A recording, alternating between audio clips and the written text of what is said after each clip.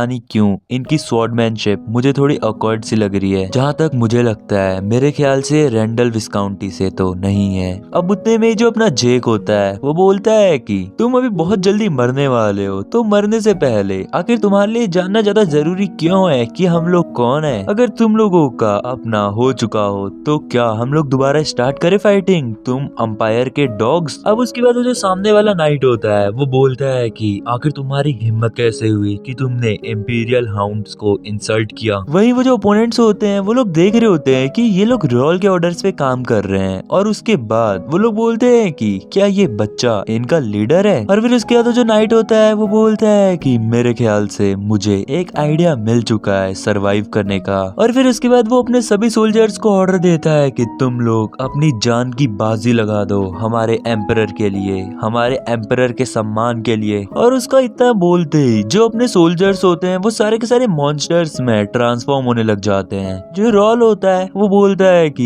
ये है black sacrifice. वहीं जेक और बाकी लोग जब उससे फाइट कर रहे होते हैं तो वो लोग महसूस करते हैं कि ये मॉन्स्टर्स काफी ज्यादा स्ट्रॉन्ग हैं। फिर उसके बाद जो रॉल होता है वो हमें बताता है कि ये जो ब्लैक सैक्रिफाइस वाली स्किल होती है ये एक ऐसी स्किल होती है जिसकी मदद से कोई भी बंदा अपनी लाइफ एनर्जी और माना को बर्न और सेक्रीफाइस करके ऑब्टेन करता है इनक्रेडिबल स्ट्रेंथ, और उसे वो स्ट्रेंथ सिर्फ कुछ लिमिटेड टाइम के लिए ही मिलती है। फिर उसके बाद रॉल अपने मन ही मन में बोल रहा होता है कि ये लोग जरूर कुछ और प्लानिंग कर रहे होंगे, क्योंकि अगर इन लोगों ने ये स्किल यूज करी है इसका मतलब ये है कि इनका प्लान कुछ बहुत बड़ा होगा। वहीं उसके जो बंदे होते हैं वो बोलते हैं कि रॉल सर प्लीज थोड़ा केयरफुल रहिए। अब उसके बाद जो फिलिप होता है उसकी तरफ को एक बंदा अटैक करते हुए आता है, और उसने जो आर्मर पहना होता है वो पावर आर्मर होता है और ये बहुत खतरनाक होता है। और फिलिप समझ जाता है कि ये जो बंदा पावर आर्मर में आया है ये रॉल के पीछे है। वहीं जब फिलिप उसके ऊपर अटैक करता है तो जो फिलिप का अटैक होता है वो एकदम न्यूट्रलाइज हो जाता है, क्योंकि उस आर्मर की जो फोर्स फील्ड होती है वो बहुत ज्यादा होती है। फिलिप रॉल से बोलता है कि सर वो आपकी तरफ को आ रहा है, और उसे लग रहा होता है कि अब ये सब कुछ खत्म हो जाएगा क्योंकि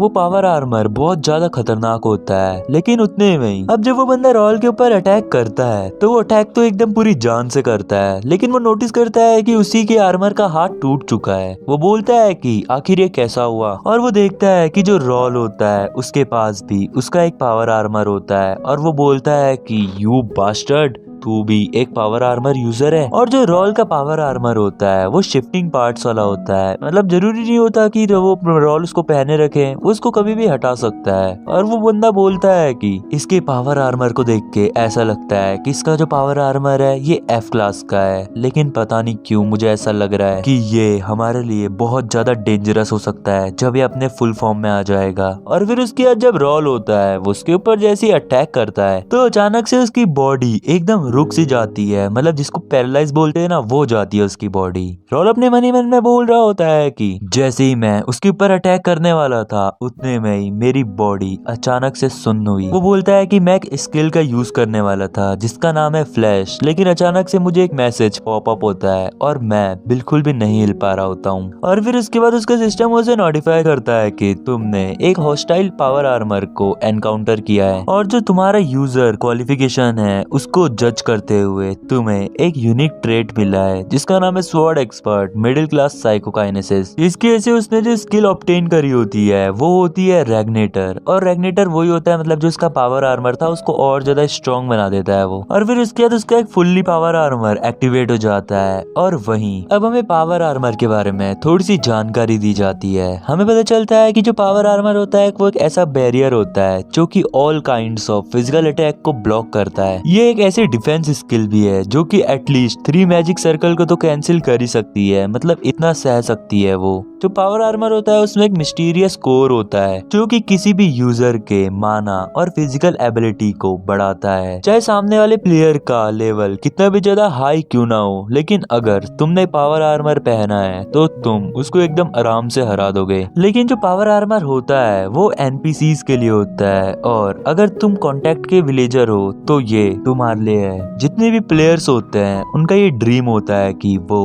पावर आर्मर को इक्विप करें। जो एनपीसीज होते हैं, मतलब न्यू प्लेयर्स वगैरह जो भी होते हैं उनके लिए ये एक ड्रीम होता है, क्योंकि अगर वो इसको पहन के फाइट करें तो फिर वो किसी भी हायर लेवल वाले प्लेयर को भी आउटबर्स्ट कर सकते हैं। और फिर उसके बाद रॉल भी बोलता है कि तो फाइनली अब मैंने भी वो आर्मर पहना है जो कि बहुत सारे प्लेयर्स का ड्रीम होता है। वहीं जो ओपोनेंट में पावर आर्मर वाला बंदा होता है वो एकदम फ्रस्ट्रेट हो जाता है और बोलता है कि आखिर ये क्या हो रहा है, मेरे अटैक्स इसके ऊपर वर्क क्यों नहीं कर रहे हैं। वो रॉल के ऊपर जितने भी अटैक कर रहा होता है, रॉल उसके सारे के सारे अटैक्स को डिफेंड कर रहा होता है। और फिर उसके बाद रॉल शूटिंग स्टार वाली टेक्निक का यूज करता है और उस टेक्निक की मदद से वो उस ओपोनेंट पावर आर्मर वाले का पूरा बैरियर तोड़ देता है। वो बंदा एकदम हैरान होते हुए बोलता है कि डैम, इसने मेरा बैरियर तोड़ दिया। और वो बोलता है कि क्या अब यहाँ पे मेरा एंड है। और वो एकदम हैरान हो जाता है। वो बोलता है कि अगर ये सब कुछ हो भी रहा है तो मैं अकेले मरना नहीं चाहता हूँ। और फिर उसके बाद वो भी उसी कोड वर्ड का यूज करता है कि ऑनर टू द अंपायर। और फिर उसके बाद उसकी बॉडी में भी वही फ्यूजन टाइप का होने लग जाता है जो ट्रांसफॉर्म होती है बॉडी। रॉल बोलता है कि जो इसकी बॉडी है वो इसके पावर आर्मर के साथ फ्यूज हो रही है। अब उसके बाद उसका सिस्टम उसे नोटिफाई करता है कि रैग्नेटर ने एक फॉरबिडन पीस ऑफ पावर को डिटेक्ट किया है। रॉल बोलता है क्या,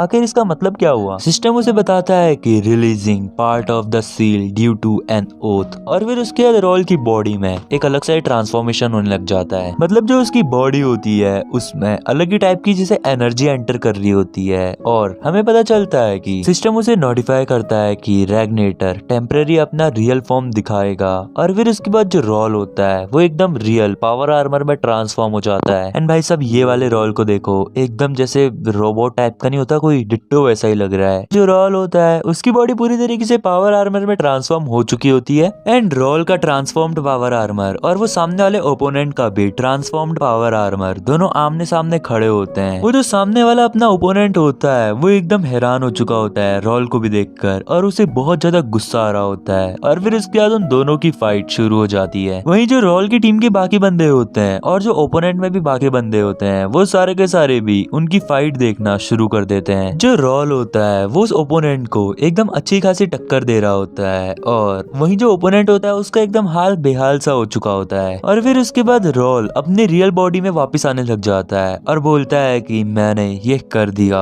मैंने उसने बेयरली टाइम के अंदर अपने जितना काम करना था वो कर दिया। अब वहीं जो जैक फिलिप लोग होते हैं वो सारे के सारे रॉल के पास आ रहे होते हैं और बोल रहे होते हैं यंग मास्टर क्या आप ओके हैं। वहीं जो रॉल होता है वो बोलता है कि हाँ, मैंने इससे पहले कभी भी ऐसा कुछ फील नहीं किया है, और जब मैं इस गेम को एज अ प्लेयर खेला करता था उस समय भी मैंने ऐसा कुछ फील नहीं किया था। मुझे ऐसा लगता है कि ये सब एक ग्लिम्स है यहाँ की इटरनल पावर का। वो बोलता है कि अभी तो मैंने इस आइटम की पावर को बोरो किया था, लेकिन एक दिन मैं जरूर अपनी खुद की स्ट्रेंथ की मदद से उस लेवल तक पहुंचूंगा कि मैं इतनी डेंजरस पावर यूज कर सकूं। अब वहीं जो सामने वाले ओपोनेंट्स का जो बैरियर वगैरह होता है, जो सील वगैरह होती है, वो भी सब टूट चुकी होती है। और जो रॉल होता है उसके हाथ में होता है पॉकेट टेलीपोर्टेशन डिवाइस और माना स्टोन। रॉल बोलता है कि हम लोग बाद में देखेंगे कि आखिर इसको यूज कैसे करते हैं। वहीं उसके पीछे से पियर्स आता है और उससे बोलता है कि सर, हमने निकी और बाकी के होस्टेजेस को भी ढूंढ लिया। वो बोलता है कि वो लोग इधर साइड हैं। और फिर उसके बाद रॉल उससे बोलता है कि यहाँ पे अब और कुछ भी नहीं है जो हम कर सकते थे।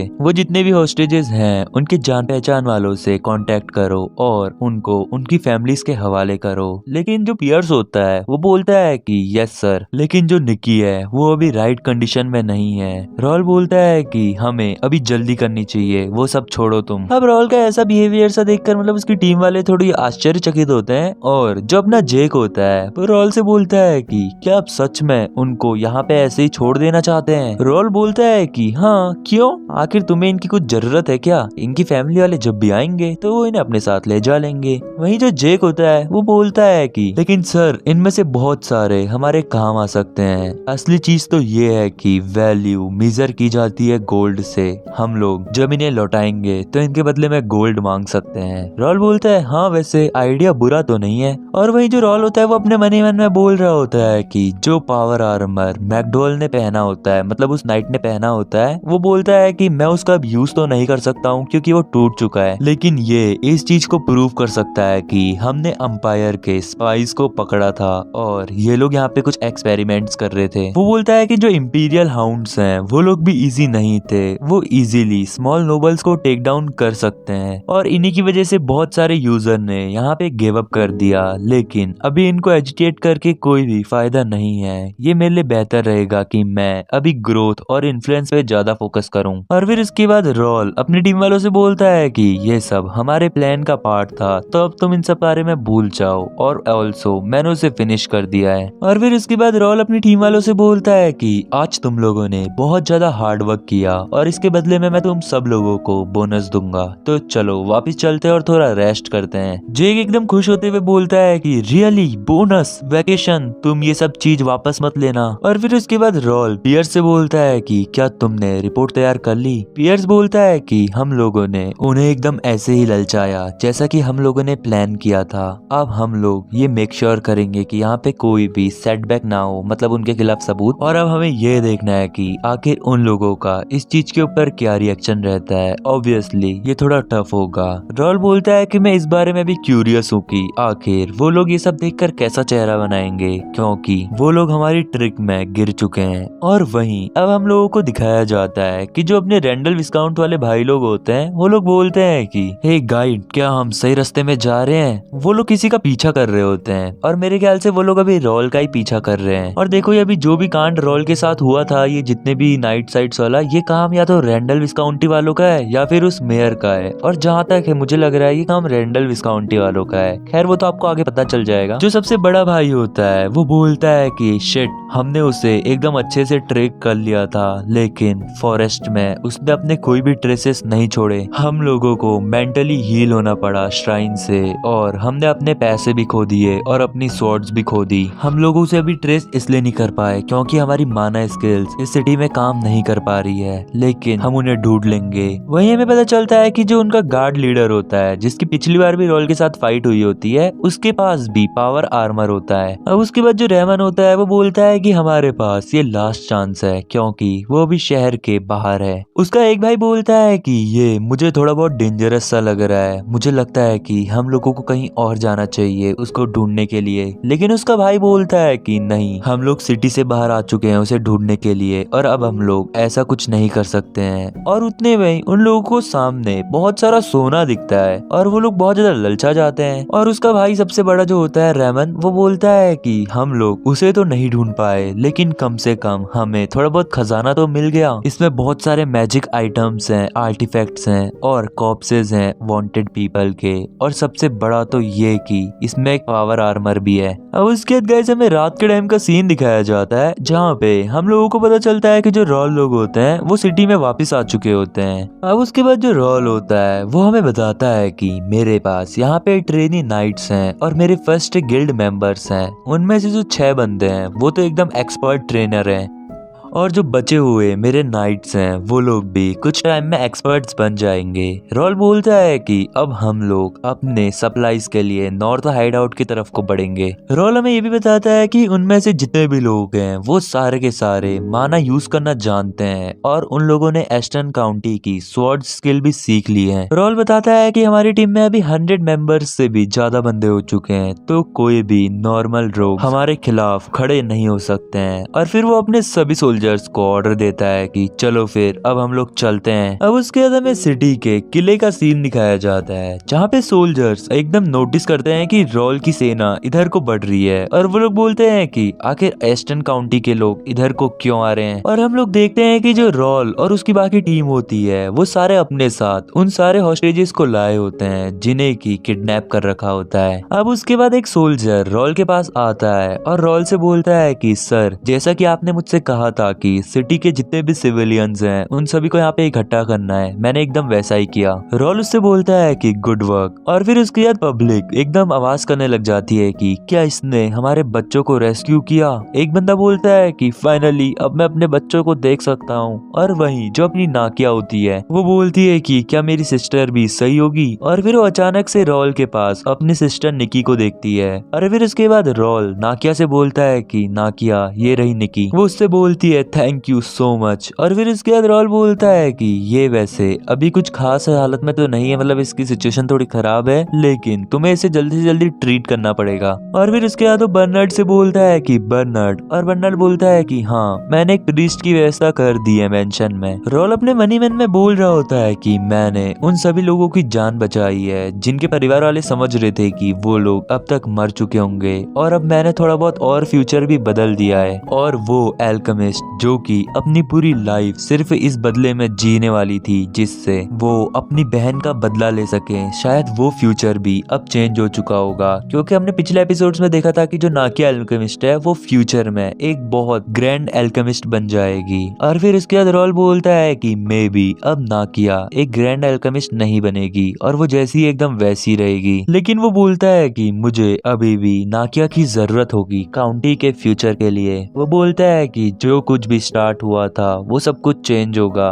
मैं जब से पास्ट में वापस आया हूँ, मतलब इस गेम में आया है। वो बोलता है कि हिस्ट्री चेंज होगी। वो बोलता है कि अभी तक मैं मे बी और भी बहुत सारे लोगों का फ्यूचर बदल देता अगर मैंने बहुत जल्दी एक्ट करना स्टार्ट कर दिया होता। रॉल बोलता है कि मैंने क्वेस्ट भी पूरा कर दिया है और बहुत सारे लोगों की जान भी बचा ली है जितना मुझसे हो पाएगा। जो सिटी है वो पूरी तरीके से सेफ है और कल सुबह मेयर भी मेरे पास विजिट करेगा मेरे लिए रिवॉर्ड्स लेके जब सूरज निकल जाएगा, लेकिन मुझे अभी भी पता नहीं क्यों थोड़ा बहुत अनईजी सा फील हो रहा है। वो देखता है कि एक बूढ़ी औरत रो रही होती है और बोलती है कि मेरा बच्चा अभी भी वापस नहीं आया है। रॉल अपने मनी मन में बोल रहा होता है कि बहुत सारे ऐसे लोअर क्लास पीपल हैं जो कि कमीशंस पे नहीं कर सकते हैं, क्या उनको कोई और चांस नहीं मिलना चाहिए? अब क्योंकि हमने पहले देखा था कि जो रॉल की टीम वाले होते हैं वो लोग बोलते हैं कि ये हॉस्टेजेस हमारे लिए बहुत प्रॉफिटेबल है। उन लोगों ने ऐसा इसलिए बोला होता है ताकि वो लोग इन्हें इनकी फैमिली को दे के इनके बदले गोल्ड ले सकें, लेकिन बहुत सारे ऐसे लोग होते हैं जो कि पैसे पे नहीं कर सकते हैं। अब उसके बाद रॉल अपने मनी मन में सोच रहा होता है कि मैंने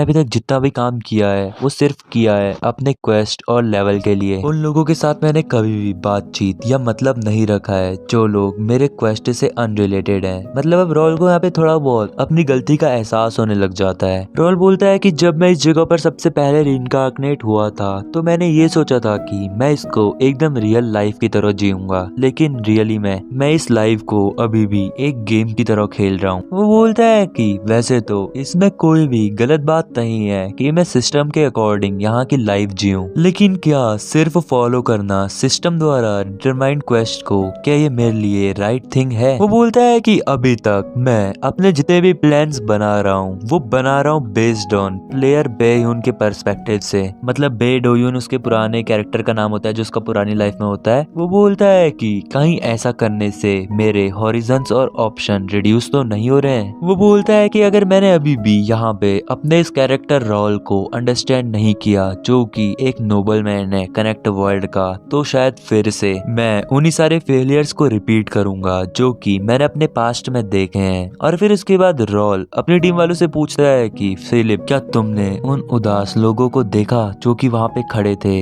आई एम सॉरी, लेकिन क्या तुम मुझे उन लोगों की पर्सनल इंफॉर्मेशन और सर्कमस्टेंसेस निकाल के दे सकते हो? फिलिप बोलता है कि क्या उन सबके? रॉल बोलता है हाँ, और उनकी फैमिली के जितने भी लोग किडनैप हुए थे उनको भी तुम उन्हें बिना किसी कंपेंसेशन के वापस दे देना, और अगर हो सके तो उन लोगों के लिए छोटी छोटी जॉब्स भी ढूंढ लेना ताकि उनकी लाइफ थोड़ी अच्छे से गुजर सके। रॉल अपने मनी मन में बोल रहा होता है कि मैंने यहाँ पे फिलिप और बाकी लोगों को फाइट करने के लिए लाया था, लेकिन सॉरी मेरे को उन लोगों को और भी काम देना पड़ रहा है। अब उसके बाद जो फिलिप होता है वो बोलता है कि ये सच में बहुत ज्यादा अनएक्सपेक्टेड है। मुझे तो लग रहा था कि आप सिर्फ उन्हीं चीजों में दखल देते हैं जिनसे आपको बेनिफिट मिलता है। हम लोगों को तो ये जान के और भी खुशी हुई कि आप उनकी हेल्प करना चाहते हैं। हम लोग इसमें आपको जरूर सपोर्ट करेंगे। और फिर उसके बाद वो जेक को थोड़ा ट्रोल करते हुए बोलता है कि लेकिन यहाँ पे शायद कुछ बंदे ऐसे भी हैं जो कि इस काम के लिए भी मना कर दें क्योंकि उन्हें तो सिर्फ वैकेशन चाहिए। जेक उससे चिढ़ते हुए बोलता है कि हे, आखिर तुम्हारा क्या मतलब है और तुम ऐसे मेरी तरफ को क्यों देख रहे हो? और फिर इसके बाद हम लोगों को दिखाया जाता है कि वो लोग वहाँ से जाने लग जाते हैं और वहीं जितने भी लोग होते हैं वहाँ के सिविलियंस वो सारे के सारे उन्हें दुआएं देने लग जाते हैं कि लॉन्ग लिव काउंट एस्टन। अब उसके बाद जो रॉल होता है वो जाते जाते अपने मन में बोल रहा होता है कि जो मीरा के सिटीजन है वो सपोर्ट करते हैं हेल्प को। फिर रॉल बोलता है कि ये कोई बुरा आइडिया नहीं होगा अगर हम लोग यहाँ पे थोड़ा टाइम और रुक जाएं और यहाँ पे अपने लेवल को और ज्यादा बढ़ाएं और ज्यादा प्रैक्टिकल एक्सपीरियंस करें। अब उसके बाद हमारा ये वाला सीन यहीं पे ड्रॉप हो जाता है और फिर उसके बाद हमें अगले दिन सुबह का सीन दिखाया जाता है जहाँ पे हमें पता चलता है कि जो मेयर होता है वो रॉल को विजिट करने आया होता है। वो रॉल से बोलता है कि सॉरी, हम लोगों ने तुम्हें अपने सिटी में आके बहुत ज्यादा तकलीफें दी, लेकिन अब तुम थोड़ा और सांस ले सकते हो, मतलब तुम थोड़ा आराम कर सकते हो। और वो उससे थैंक यू बोलता है। रॉल उससे बोलता है कि नहीं नहीं, मुझे लगता है कि अगर मैंने इसमें दखलंदाजी ना करी होती तो तब भी आप शायद इस केस को बहुत जल्दी सॉल्व कर देते। वो बोलता है कि मतलब जो मेयर होता है वो बोलता है कि हाँ वैसे तुम कह तो एकदम सही रहे हो, जब से मैंने ये किडनैपिंग वाली न्यूज सुनी तो तब से मैं रात को अच्छे से सो भी नहीं पा रहा था। पता है तुम्हें, मेरे एम्पायर में अगर कुछ भी ऐसी चीजें होती है जिससे मेरे सिविलियंस को खतरा है तो मुझे बहुत ज्यादा अनईजी हो जाता है। और अगर तुम लोगों ने हमें वो रिपोर्ट सबमिट नहीं करी होती तो हम लोग अभी बहुत बड़े ट्रबल में होते। रॉल बोलता है कि हाँ मैं भी इस चीज को लेकर बहुत ज्यादा सरप्राइज था कि जो एम्पायर की इविल फोर्सेस हैं वो मीरा तक भी एक्सटेंड हो चुकी हैं, जो कि क्लियरली किंगडम ऑफ रूबेन की टेरिटरी है। वो बोलता है कि उनके हाइड आउट को जज करके तो ऐसा लगता है कि वो लोग किसी सीक्रेट मिशन पे काम कर रहे थे बहुत लॉन्ग टाइम से, और वहाँ पे वो लोग डिमोनिक सोल्जर्स को भी ट्रेनिंग दे रहे थे। अब उसके जो मेयर होता है वो बोलता है कि टू बी ऑनेस्ट हम लोगों को ऐसा फर्स्ट टाइम नहीं रहा है कि हम लोग ऐसे केसेस को मिस कर रहे हैं, लेकिन हम लोग उन्हें सब्जुगेट इसलिए भी नहीं कर पाते हैं क्योंकि हमारी अपनी भी बहुत सारी ट्रीटीज होती हैं। ट्रीटी के अकॉर्डिंग मीरा को आर्मी और गार्ड्स रखना अलाउड नहीं है, और जो गार्ड्स हैं भी उन्हें भी ये अलाउ नहीं है कि वो अपनी हाफ से भी ज्यादा कैपेबिलिटीज को आउटसाइड द सिटी परफॉर्म करें। उसके बाद जो मेयर होता है वो उसे बताता है कि हमारे पास रेंडल विस्काउंटी वाले बंदे आए थे और उन्होंने कहा कि उन्होंने स्पाइस के हाइड आउट को एकदम अच्छे से डिस्ट्रॉय कर दिया है और वो हमसे बहुत ज्यादा कंपनसेशन मांग रहे थे। अगर आपने हमसे रिक्वेस्ट नहीं करी होती तो हम उन्हें अभी तक लात मार के यहाँ से बाहर निकाल चुके होते। रॉल बोलता है कि एज एक्सपेक्टेड, लेकिन जैसा कि मैंने आपसे पहले ही कहा था कि मेयर बोलता है कि हाँ आपने कहा था कि हमें कुछ टाइम रेंडल विस्काउंटी वालों की इन हरकतों को सहना पड़ेगा, लेकिन आपको नहीं लगता है कि ये थोड़ा ज्यादा होगा? वो बोलता है कि ये सिर्फ आपकी रेपुटेशन के लिए नहीं बल्कि आपको और ज्यादा रिवॉर्ड्स मिलेंगे रॉयल पैलेस से अगर आप अपना क्लेम जताएंगे उन सारे हाइडआउट्स को डिस्ट्रॉय करने के ऊपर। रॉल बोलता है कि आपके इतनी कंसर्न करने के लिए थैंक यू, लेकिन जैसा कि मैंने आपसे कहा था आप प्लीज वैसा ही कीजिए। फिर उसके बाद मेयर बोलता है कि ठीक है, वैसे तुम अभी अपनी एज के हिसाब से कुछ ज्यादा ही फन कर रहे हो, लेकिन फिर भी मैं इस मैटर के बारे में थोड़ी चिंता करूंगा। फिर उसके बाद रॉल अपने मनी मन में बोलता है कि एम्पायर के हाइड आउट की टेकिंग केयर करना ये जरूर उन रेंडल बेस्टर्ड्स का ही काम होगा, वो जरूर एम्पायर के अटेंशन को अट्रैक्ट करना चाहते हैं। फिर उसके बाद जो मेयर होता है वो रॉल से बोलता है कि बाय द वे मुझे नहीं पता कि मुझे आपको ऐसा रिवॉर्ड क्या देना चाहिए, मुझे नहीं लगता कि पैसे आपके लिए इनफ होंगे, तो आखिर आप क्या कहना चाहते हैं? आप हमसे जो रिवॉर्ड मांगेंगे हम आपको वो रिवॉर्ड देंगे।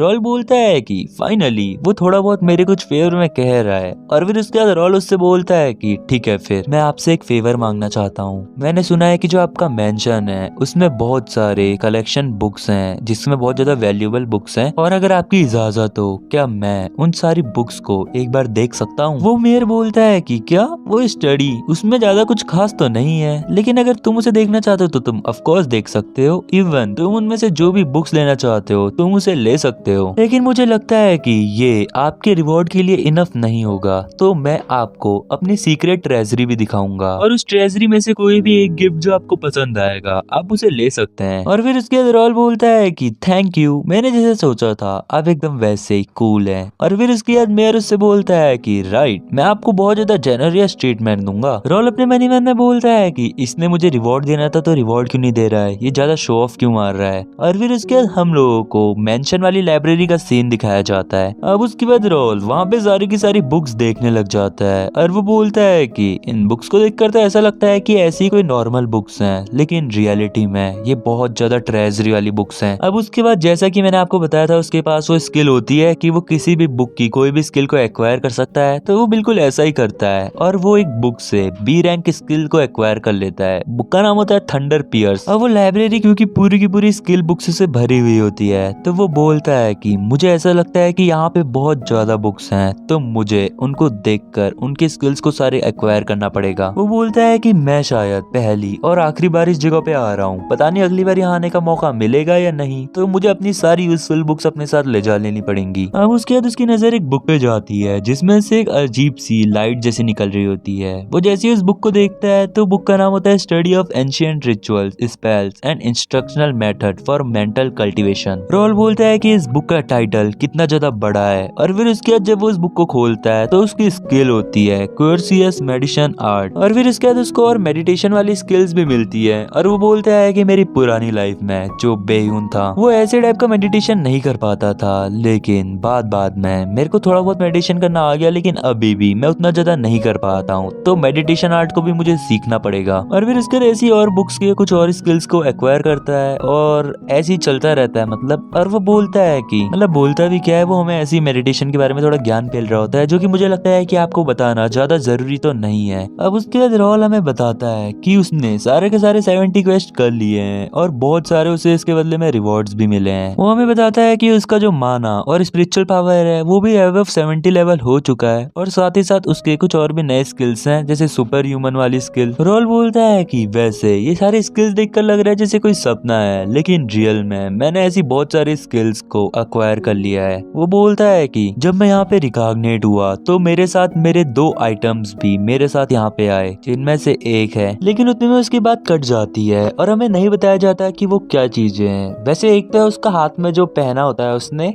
वो हमें दिखाया है मतलब स्क्रीन पे। अब उसके बाद रॉल बताता है कि उसने यहाँ पे एक और न्यू यूनिक ट्रेड को अनलॉक किया है जिसका नाम है डेवलपर्स एनालाइजिंग आई, जिसकी मदद से वो किसी भी बंदे का माना फ्लो भी देख सकता है। रॉल बोलता है कि मुझे ये तो नहीं पता चला कि आखिर मैंने स्किल को कब एक्वायर किया, लेकिन जहाँ तक मुझे लगता है मैंने इसको तब एक्वायर किया होगा जब मैंने इंपीरियल हाउंड के डिमोनिक एनर्जी से फाइट करी। अब उसके बाद रॉल बोलता है कि अब मैं बिल्कुल भी ऐसा काम नहीं करूंगा जिससे मैं फिर से उसी रास्तों से गुजरूं जैसे मैंने अपनी पुरानी लाइफ में करे थे। अब क्योंकि मैं कनेक्ट वर्ल्ड का एक सिटीजन हूँ तो मेरे सामने जो भी सिनेरियो आएगा मैं उसे चूज करूंगा और क्वेस्ट मैं पूरा करूं ना करूं ये मेरे ऊपर डिपेंड करता है, लेकिन अब से मैं कोई भी पपेट बन के नहीं रहूंगा जो कि डेवलपर्स के मूव्स के हिसाब से चलेगा। वो बोलता है कि एंडिंग वो डिसाइड करेंगे, लेकिन अब मैं ये डिसाइड करूंगा कि मैंने क्या बनना है। मैं एकदम वैसे चाल चलूंगा जैसे मुझे चलनी है, डिस्ट्रॉइंग द सिनेरियो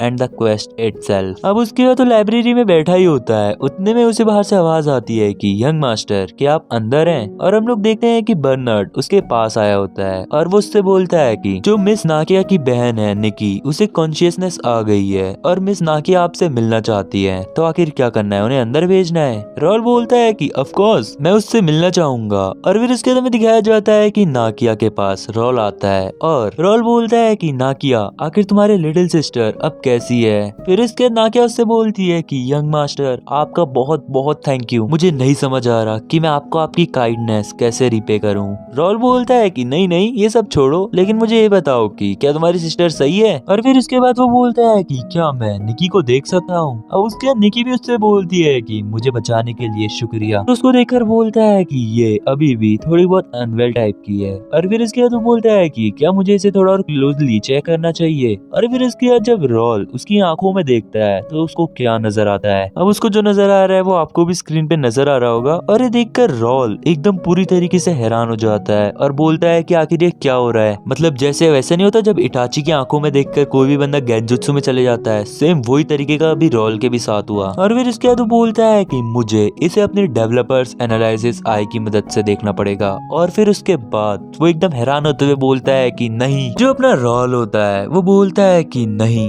मैंने बिल्कुल भी नहीं सोचा था, मुझे तो लगा था कि ये कोई बच्ची है। उसका पूरा का पूरा स्टेटस एकदम नॉर्मल होता है, जैसे उसका लेवल 5 होता है और बाकी सब चीजें भी नॉर्मल होती है। लेकिन जब रॉल उसके स्टैट्स देखता है तो वो क्या देखता है, वहाँ पे एक स्टैट होता है जिसका नाम होता है potential talent grade SS। Roel बोलता है कि डबल S पोटेंशियल टैलेंट। इसके बाद रॉल बोलता है कि इसकी जो इलनेस है वो इसके स्टैट्स को और ज्यादा नीचे ला रही है, लेकिन क्या हो अगर मैं इसकी इलनेस को क्योर कर दूं इसके ट्रू स्टैट्स के बिना, और जब एक बार ये पूरी तरीके से सही हो जाएगी तो आखिर इसके स्टैट्स क्या होंगे। मैं इमेजिन भी नहीं कर पा रहा हूँ कि आखिर कितनी ज्यादा पावरफुल होगी। वही जो नाकिया होती है वो उससे बोलती है कि हे सर व्हाट्स रॉन्ग, मतलब क्या गलत हो गया? रॉल बोलता है नहीं नहीं कुछ नहीं, मतलब वो उसको शो नहीं करना चाहता है कि तेरी बहन में कुछ ज्यादा ऑर्डिनरी पावर्स हैं। और फिर उसके बाद रॉल अपने मन ही मन में बोल रहा होता है कि मुझे निकी के ऊपर और ज्यादा ध्यान देना पड़ेगा। अब उसके अंदर में कुछ दिनों बाद का सीन दिखाया जाता है जहाँ पे जो रॉल होता है वो लाइब्रेरी में होता है और वो बोलता है कि ओके, मुझे ऐसा लगता है कि मुझे सारे के सारे पेपर्स चाहिए होंगे।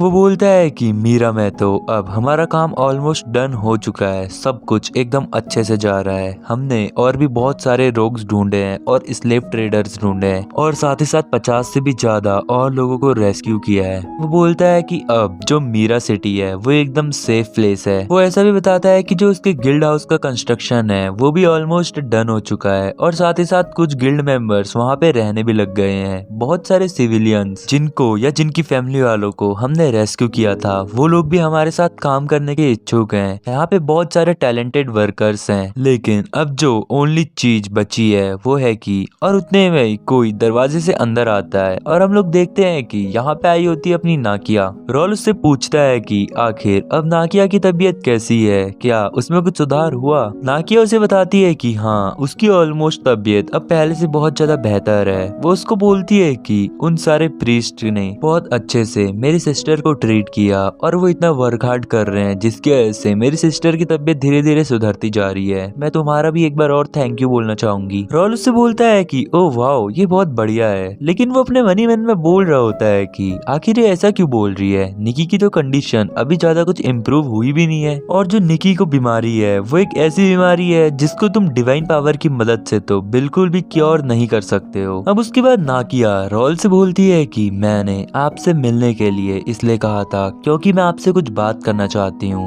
नाकिया उससे बोलती है कि मैंने देखा कि आप आज यहाँ से जाने वाले हैं, क्या ये बात सच है? मैंने आपको अच्छे से अभी तक थैंक्स भी नहीं किया और इससे पहले ही आप जाने लग गए। रॉल उससे बोलता है कि हाँ, मैं यहाँ पे वैसे भी कुछ ज्यादा ही रुक गया, जितना मैंने प्लान किया था उससे ज्यादा रह गया और मेरा शेड्यूल अब काफी टाइट है, तो मुझे यहाँ से अब जाना चाहिए। नाकिया उससे बोलती है कि आप मुझसे कुछ भी पूछिए, मैं आपकी जिस भी तरीके से हेल्प कर सकती हूँ। वो अपने मन ही मन में बोल रही होती है कि मास्टर रॉल ने मुझे और मेरी सिस्टर को हेल्प करने के पीछे कोई ना कोई कारण तो जरूर देखा होगा और वो जरूर हमसे कुछ ना कुछ तो चाहते होंगे। वो अपने मन ही मन में बोल रही होती है कि मैं रियली आपकी हेल्प करना चाहती हूँ और मैं ऐसे बहुत सारे नोबल्स से मिली हूँ जो कि बहुत ज्यादा ग्रीडी होते हैं और उन्हें घंटा भी फर्क नहीं पड़ता कि आम लोगों के साथ क्या हो रहा है। और वो अपने मन ही मन में ऐसा भी बोलती है कि मुझे बस इस चीज का डर है कि कहीं मास्टर रॉल भी उन्हीं लोगों जैसे ना हो। अब उसके बाद रॉल उससे बोलता है कि नहीं नहीं, ऐसा कुछ भी नहीं है जैसा तुम सोच रही हो। आखिर तुम सबसे पहले ये क्यों नहीं पढ़ती हो? और वो उसको कुछ पेपर्स देता है। नाकिया बोलती है कि क्या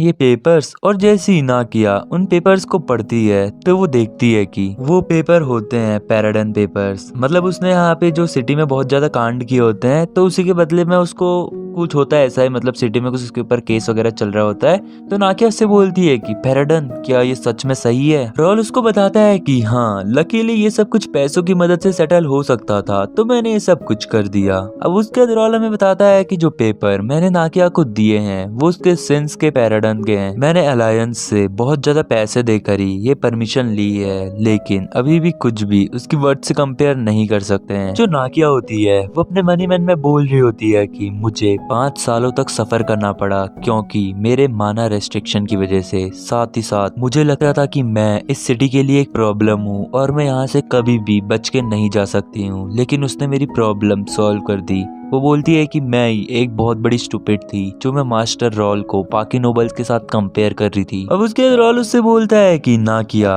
अगर तुम इस चीज के साथ ओके हो तो क्या तुम बता सकती हो कि आखिर तुम्हारा माना रेस्ट्रिक्ट कैसे किया गया था? अब उसके बाद नाकिया बताती है कि जब मैं एक छोटी बच्ची थी तो उस समय पे मैंने अपने होम टाउन को लेफ्ट कर दिया था। वो बताती है कि मेरे जो एल्केमिस्ट टीचर थे उन्होंने मेरा टैलेंट देखा एज एन एल्केमिस्ट और मुझे एल्केमिस्ट एसोसिएशन ज्वाइन कराने में उन्होंने मेरी हेल्प करी। नाकिया हमें बताती है कि मैंने अपना नाम बना लिया था और मेरा नाम पड़ा था यंग टैलेंटेड एल्केमिस्ट। इवन जो 3 सर्कल मैजिक होता है मैंने उसे सिर्फ 13 की एज में मास्टर कर दिया था। वो बोलती है कि लेकिन उसके बाद जो मेरा मिसफॉर्चून था, अचानक से मेरी किस्मत बिगड़ गई। वो बोलती है कि उस समय मेरे होम टाउन में एक डिजीज डिजीज आउटब्रेक हो गई, जिसकी वजह से मैंने अपनी फैमिली वालों को खो दिया। जब तक मैं वहां पे पहुंच पाती और कुछ कर पाती तब तक सब लोग मर चुके थे, सिर्फ बच्ची थी तो निकी। फिर उसके बाद मैं निकी को अपने साथ ले गई एसोसिएशन में, क्योंकि उस समय पे जब वो घर आई थी तो निकी सिर्फ उसके परिवार में बच गई थी, तो वो उसे अकेला छोड़कर एसोसिएशन में दोबारा नहीं जा सकती थी। और वो बोलती है कि उसके बाद भी किस्मत ने मेरे साथ हगना बंद नहीं किया। वो बताती है कि जब निकी 6 इयर्स की हो गई तो उसको भी एक इनक्योरेबल डिजीज हो गई। वो बोलती है कि ये सब कुछ प्रोबेबली मेरी वजह से ही हुआ होगा, क्योंकि मैं एक एल्केमिस्ट हूँ और मेरे आसपास बहुत सारे हैजार्डियस सब्सटेंस रहते हैं, जिसकी वजह से निकी को आई गेस बीमारी लग गई होगी। मैंने ऑलमोस्ट 2 इयर्स तक बहुत ज्यादा ट्राई किया कि मैं इस डिजीज का कोई ना कोई क्योर ढूंढ लूं। मैंने 5th सर्कल को भी मास्टर कर लिया था सिर्फ 18 की एज में, और उस समय मेरे पास और कुछ नहीं बचा था करने को। जब निकी की मौत उसके और ज्यादा क्लोज आने लग गई तो मैं कोई भी सोल्यूशन के बारे में नहीं सोच पाई, और फिर मैंने अपने टैबू को ब्रेक कर दिया जो कि किया जाता है एल्केमी को किसी पर्सन के ऊपर यूज करके। वो बोलती है कि मैंने उसे अलाइव रखा बाय यूजिंग मटेरियल जो कि मैंने एसोसिएशन से चोरी किए थे, लेकिन जो निकी है वो उसके बाद भी अवेक नहीं रह पाती थी बिना मेडिसिन के। फिर उसके बाद एक बार मैं पकड़ी गई थी टैबू यूज करते हुए, और फिर मेरे को एसोसिएशन से किक कर दिया गया। बहुत इधर उधर भटकने के बाद फाइनली मेरे को ये जगह मिली, मीरा सिटी। ये सिटी एकदम सेफ थी और गॉड्स की ब्लेसिंग की मदद से यहाँ पे जो निकी की इलनेस है उसका भी क्योर हो गया। क्योंकि आपको मैंने स्टार्टिंग के चैप्टर्स में बताया था कि ये जो सिटी है यहाँ पे कोई भी मर नहीं सकता है, और साथ ही साथ वहाँ पे हील भी बहुत जल्दी हो जाते हैं। लेकिन मेरे ऊपर माना रेस्ट्रिक्शंस लगा दिए गए थे, और मेरे पास एक बीमार सिस्टर थी जिसकी वजह से लोगों ने मुझे यहाँ पे बिल्कुल भी अच्छे से नहीं देखा। अब उसके बाद रॉल उससे बोलता है कि तुम्हारे जीवन में तुमने बहुत ज्यादा कष्ट सहे हैं, चलो अब इसको पियो। और वो उसकी तरफ को कुछ एंटीडोट देता है और उससे बोलता है कि ये तुम्हें तुम्हारे रेस्ट्रिक्शन से फ्री कर देगा। जो नाकिया होती है वो जैसे ही उस एंटीडोट को पीने लग जाती है तो उसके बाद वो बोलती है कि 5 साल हो गए लेकिन मुझे पहली बार इतना रिलैक्स फील हुआ। वहीं अब जब रॉल उसकी स्टेटस विंडो चेक करता है तो उसे पता चलता है कि उसका लेवल अचानक से इंक्रीज हो चुका होता है और वो 68 लेवल पर पहुंच जाती है। उसकी जो क्लास होती है वो होती है इंटरमीडिएट एल्केमिस्ट, और साथ ही साथ कुछ उसके स्टैट्स और साथ ही साथ यूनिक ट्रेड्स भी होते हैं। अब उसके बाद जो नाकिया होती है वो बोलती है कि अब मैं समझ गई आखिर ये मुझसे रियली में क्या चाहते थे। और फिर नाकिया उससे बोलती है कि मैं नाकिया आपके लिए हमेशा लॉयल रहूंगी सर रॉल। मुझे आपसे यही आशा है कि जैसे आपने मुझे और मेरी बहन को बचाया उसी तरह आप दूसरों को भी हमेशा हेल्प करेंगे। और फिर उसके बाद रॉल उससे बोलता है कि मैं तुम्हारी लॉयल्टी को एक्सेप्ट करता हूँ और मैं नहीं बोलूंगा कि आखिर तुमने क्या कहा, मतलब वो सभी के ऐसे ही बचाते रहेगा। और फिर उसके बाद वो उसको कुछ और पेपर्स भी देता है और बोलता है कि ये भी है तुम्हारे लिए। नाकिया बोलती है कि आखिर ये क्या है, और फिर उसके बाद जब नाकिया उसे पढ़ती है तो वो देखती है कि ये होता है एक माना फिलारिया जो कि निकी की इलनेस के लिए था। और वो बोलता है कि एक ग्रेट एल्केमिस्ट जो कि अब इस वर्ल्ड में नहीं रहा उसने ये छोड़ा था, और इसमें अभी भी कुछ पार्ट मिसिंग है, तो ये तुम्हें रिसर्च करना पड़ेगा नाकिया, इसको एकदम परफेक्टली क्योर बना दो। ये तुम्हारी जिम्मेदारी है कि तुम इससे सबसे बेस्ट ट्रीटमेंट करोगी, और ये मेरा पहला ऑर्डर है तुम्हारे लिए एज अ लॉर्ड। नाकिया एकदम इमोशनल होते हुए बोलती है कि मैं पूरे वर्ल्ड में सबसे बेस्ट क्योर बनाऊंगी,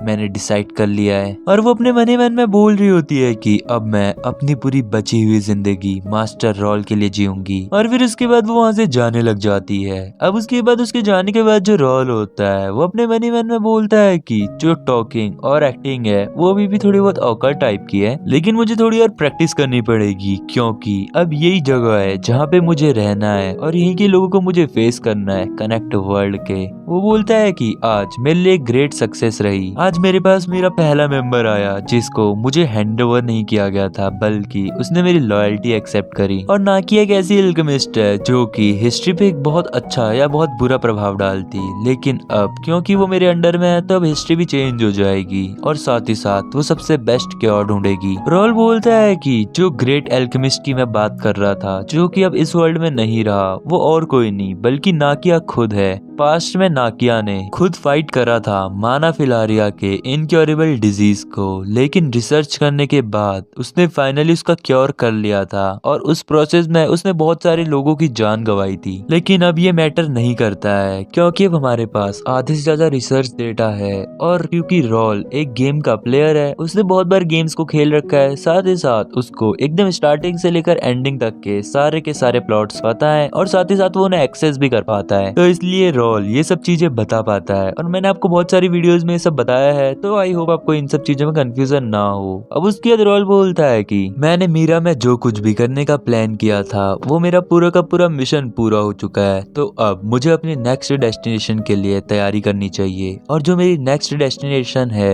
वो है कैपिटल ऑफ रुबेन किंगडम, जिसको कि टॉम ऑफ स्वॉर्ड के नाम से भी जाना जाता है। और मैं बहुत ज्यादा एक्साइटेड हूँ कि आखिर वहाँ पे क्या होगा, तो चलो अब वहाँ चलते हैं। रॉल की टीम के बंदे होते हैं वो सारे के सारे रुबेन किंगडम पहुंच चुके होते हैं। रॉल बोलता है कि फाइनली हम लोग यहाँ पहुंच गए। उसके पीछे से जो जेक होता है वो बोलता है कि वाओ, यहाँ के लोगों को देखो, ये कैपिटल सच में एकदम अलग है। हमें पता चलता है कि रुबेन किंगडम की जो कैपिटल होती है वो होती है टूरियम। रॉल बोलता है कि हमें ऐसे लाइन में जाने की कोई भी जरूरत नहीं है, हम लोग क्योंकि काउंटी से आए हैं तो हम लोग सीधा सिटी के अंदर जाएंगे। रॉल अपने मनी मन में बोल रहा होता है कि मैंने अपने बहुत सारे टीम मेंबर्स को मीरा में गिल्ड में ही रखा है और मैं यहाँ पे जितने कम हो सकता था उतने कम बंदे लाया हूँ ताकि हम जो यहाँ करने आए हैं वो हम और ज्यादा आसानी से कर सके। अब उसके बाद रॉल देखता है कि वहाँ पे सामने कोई भी कैरियजेस या एस्कॉर्ट्स नहीं होते हैं, मतलब जो उन्हें लेने आएंगे यहाँ पे सिटी वाले।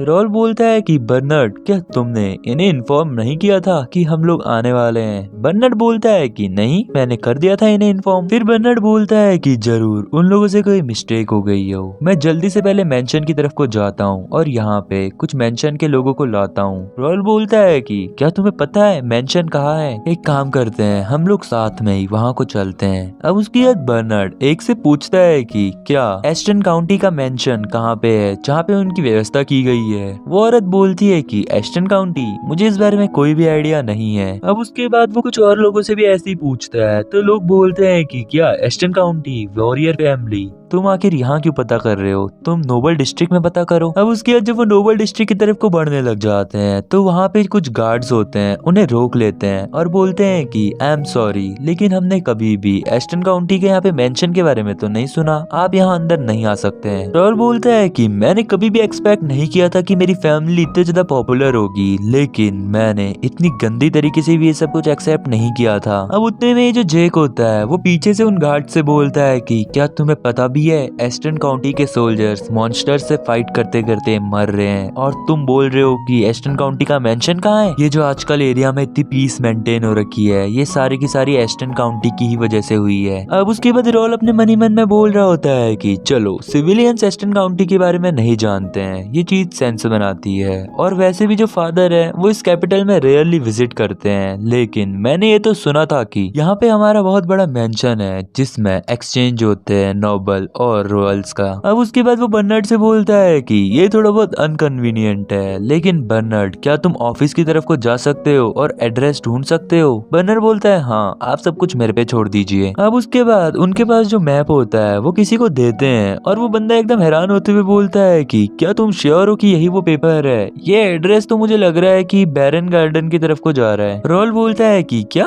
बैरन गैंडर के काउंट एस्टन वालों का नहीं है? वो बंदा बोलता है कि हाँ, बैरन गैंडर यहाँ पे 10 साल तक रहते थे और हम तुम्हें वहाँ पे ले जा सकते हैं। अब रॉल बर्नार्ड से पूछता है कि आखिर ये बैरन गैंडर कौन है? बर्नार्ड उसे बताता है कि बैरन गैंडर आपका 50 साल ओल्ड मेल ब्रदर है। वैसे तो वो आपका डिस्टेंट कजिन है और वो फॉरेन अफेयर्स के चार्ज में है। रॉल बोलता है अच्छा, तो अब मैं समझा, तो चलो फिर मेंशन की तरफ को चलते हैं और मैं उसे खुद देख लूंगा। अब उसके बाद दो लोग मेंशन में पहुंच जाते हैं और वहाँ पे जो गार्ड्स होते हैं वो बोलते हैं कि आखिर तुम लोग कौन हो? फिलिप बताता है कि ये हैं एस्टन काउंटी के यंगेस्ट सन सर रॉल, और आखिर फॉरेन अफेयर्स ऑफिसर कहाँ पे है? वो गार्ड्स बोलते हैं कि एस्टन काउंटी, क्या तुम लोगों को यहाँ पे इनविटेशन है? फिलिप बोलता है इनविटेशन? आखिर कैसा इनविटेशन? वो गार्ड्स पूछते हैं कि क्या तुम कहीं भी बिना बुलाए मेहमानों की तरह आ जाओगे? अब उसके बाद वो गार्ड उनसे बोलता है कि तुम लोग एक काम करो, वहाँ पे टेंट्स हैं उनमें वेट करो, मैं परमिशन लेकर आता हूँ। ऐसे ही बिना बुलाए किसी को भी पार्टी में नहीं देने आ सकता। अब उसके बाद रॉल बोलता है कि क्या पार्टी? और वहीं जो जेक होता है अब उसे भी बहुत ज्यादा गुस्सा आने लग जाता है और वो गार्ड को पकड़ते हुए बोलता है कि what the fuck is happening here? आखिर तुम ओनर को घर के बाहर वेट करने के लिए कैसे कह सकते हो? मैं नहीं जानता कि तुम कौन हो और मुझे घंटा फर्क नहीं पड़ता कि आखिर ये बैरन गेंडर कौन है। वो जो भी है उससे बोल की बाहर आ। और वहीं बाकी के गार्ड्स बोलते हैं इंट्रूडर इंट्रूडर यानी घुसपैठिए। और फिर उसके बाद वो लोग अंदर की तरफ को भागने लग जाते हैं। वहीं जो जैक होता है वो बोलता है कि What the fuck just happened? आखिर ये लोग भाग क्यों रहे हैं? चलो हम भी अंदर की तरफ को बढ़ते हैं। अब उसके बाद उनमें से उनका एक गार्ड्स का शायद ये बॉस होता है, वो आता है और बोलता है कि तुम लोगों को इस जगह के अंदर जाना अलाउड नहीं है। आखिर तुम लोग कौन हो? फिलिप उसे बताता है कि मैं हूँ Philip, golden bear knight of Aston county. और आखिर बैरन गेंडर कहाँ है? वो बंदा फिलिप से बोलता है कि तुम लोग इंट्रूडर्स लग रहे हो मुझे, और आखिर तुम लोग बैरन को क्यों ढूंढ रहे हो? वो जैसे फिलिप के मुंह से सुनता है कि ये लोग एस्टन काउंटी वाले हैं तो वो बोलता है कि ओ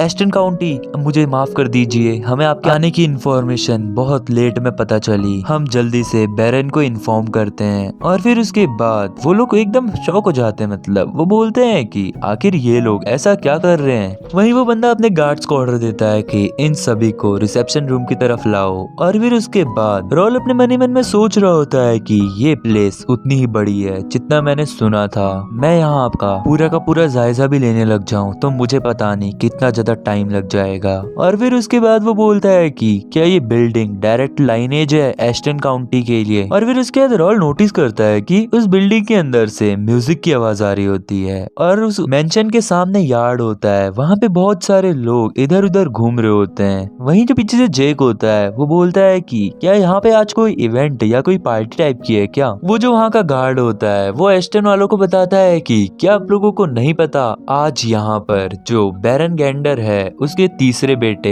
एरन की बर्थडे पार्टी है और यहाँ पे आए दिन किसी न किसी चीज की पार्टी होने लग जाती है। और अब अचानक से हम लोग देखते हैं कि वहाँ से अपना बैरनर आता है और वो बोलता है कि ओ तो तुम लोग हो, क्या तुम हो रॉल? तुम वाकई में बहुत ज्यादा बड़े हो गए हो। और वहीं जो रॉल होता है वो उसे देखकर बोलता है कि ये मुझे थोड़ा बहुत स्ट्रांग लग रहा है, लेकिन जब वो उसका लेवल देखता है तो उसे पता चलता है कि उसका लेवल होता है 50। रॉल बोलता है कि 50 लेवल, ये इवन एक्सपर्ट भी नहीं है। अब मैं समझा कि यहाँ पे जो अदर फैमिलीज वाले हैं वो एस्टन वालों से इतना ज्यादा ऊंची रैंक में कैसे हैं। अब उसके बाद रॉल उससे बोलता है कि क्या तुम मुझे जानते हो? वो बंदा उससे बोलता है कि तुम जरूर भूल गए होगे क्योंकि इस बात को बहुत ज्यादा टाइम हो चुका है, लेकिन बेसिकली मैं तुम्हारा अंकल हूँ, मैं तुम्हारे फादर का भाई जैसा हूँ। रॉल बोलता है कि क्या मेरे अंकल? लेकिन मैंने तो कभी आपके बारे में नहीं सुना कि मेरे कोई अंकल भी हैं। वो बंदा बोलता है कि हाँ तुम बहुत क्लेवर हो, तुमने जरूर मेरे बारे में नहीं सुना होगा और तुम्हारे लिए एस्टन फैमिली को समझ पाना वैसे भी बहुत ज्यादा कठिन होगा क्योंकि जो एस्टन फैमिली का फैमिली ट्री है वो एकदम कॉम्प्लिकेटेड सा है, बहुत ज्यादा फैमिली मेंबर्स हैं। चलो कोई बात नहीं, तुम मुझे अंकल बोल सकते हो। रॉल अपने मन ही मन में बोलता है कि इसी क्या लगता है, क्या मैं कोई स्टूपिड हूँ? मैं इसको अपने एडवांटेज लेने नहीं दूंगा। और फिर उसके बाद रॉल बर्नार्ड से बोलता है कि बर्नार्ड, क्या तुम एक बार मुझे दोबारा से अच्छे से एक्सप्लेन कर सकते हो कि आखिर ये जो बंदा है बैरन गेंडर, इसका मेरे साथ क्या रिश्ता है? बर्नार्ड उससे बोलता है कि यस सर, जो बैरन गेंडर है वो काउंट एस्टन्स का सेकंड कजिन है और अगर कायदे से देखा जाए तो ये आपका थर्ड कजिन है और ये अभी फॉरेन अफेयर्स के चार्ज पे है इस कैपिटल में। वहीं वो जो बंदा होता है बैरन गेंडर वो थोड़ा बौखला सा जाता है और बोलता है कि आखिर तुम एल्डर्स के बीच में बात क्यों कर रहे हो? क्या तुम्हें तुम्हारे घर वालों ने तमीज नहीं सिखाया कि एल्डर्स से कैसे बात करते हैं? लेकिन उतने में रॉल उससे बोलता है कि बैरन गेंडर, तुम भले ही मेरे फादर के साथ बहुत ज्यादा कंफर्टेबल होगे और तुम एस्टन काउंटी वालों से डरते भी नहीं होगे। और फिर उसके बाद रॉल फिलिप से बोलता है कि हे फिलिप, एक बात बताओ, मेरे डिसेंडेंट्स को छोड़कर जो कि डायरेक्ट इनफैक्ट मेरी फैमिली के हैं, उसके अलावा कितने लोग होते हैं जो मुझसे बात करने में एकदम कंफर्टेबल होते हैं, जिन्हें पता होता है कि मेरे साथ कैसे बात करनी है। फिलिप बोलता है कि ओनली आपका यंगर ब्रदर विस्काउंट ऑस्टन। रॉल बोलता है कि जरा इन्हें रीजन भी बताओ कि ऐसा क्यों है। फिलिप बोलता है कि क्योंकि हमें रिस्पेक्ट शो करनी चाहिए काउंट एस्टन के लिए और क्लियर एस्टेब्लिश हायरार्की के लिए। फिलिप ऐसा भी बताता है कि जब किसी काउंट का चाइल्ड इनहेरिट करता है विस्काउंट के टाइटल को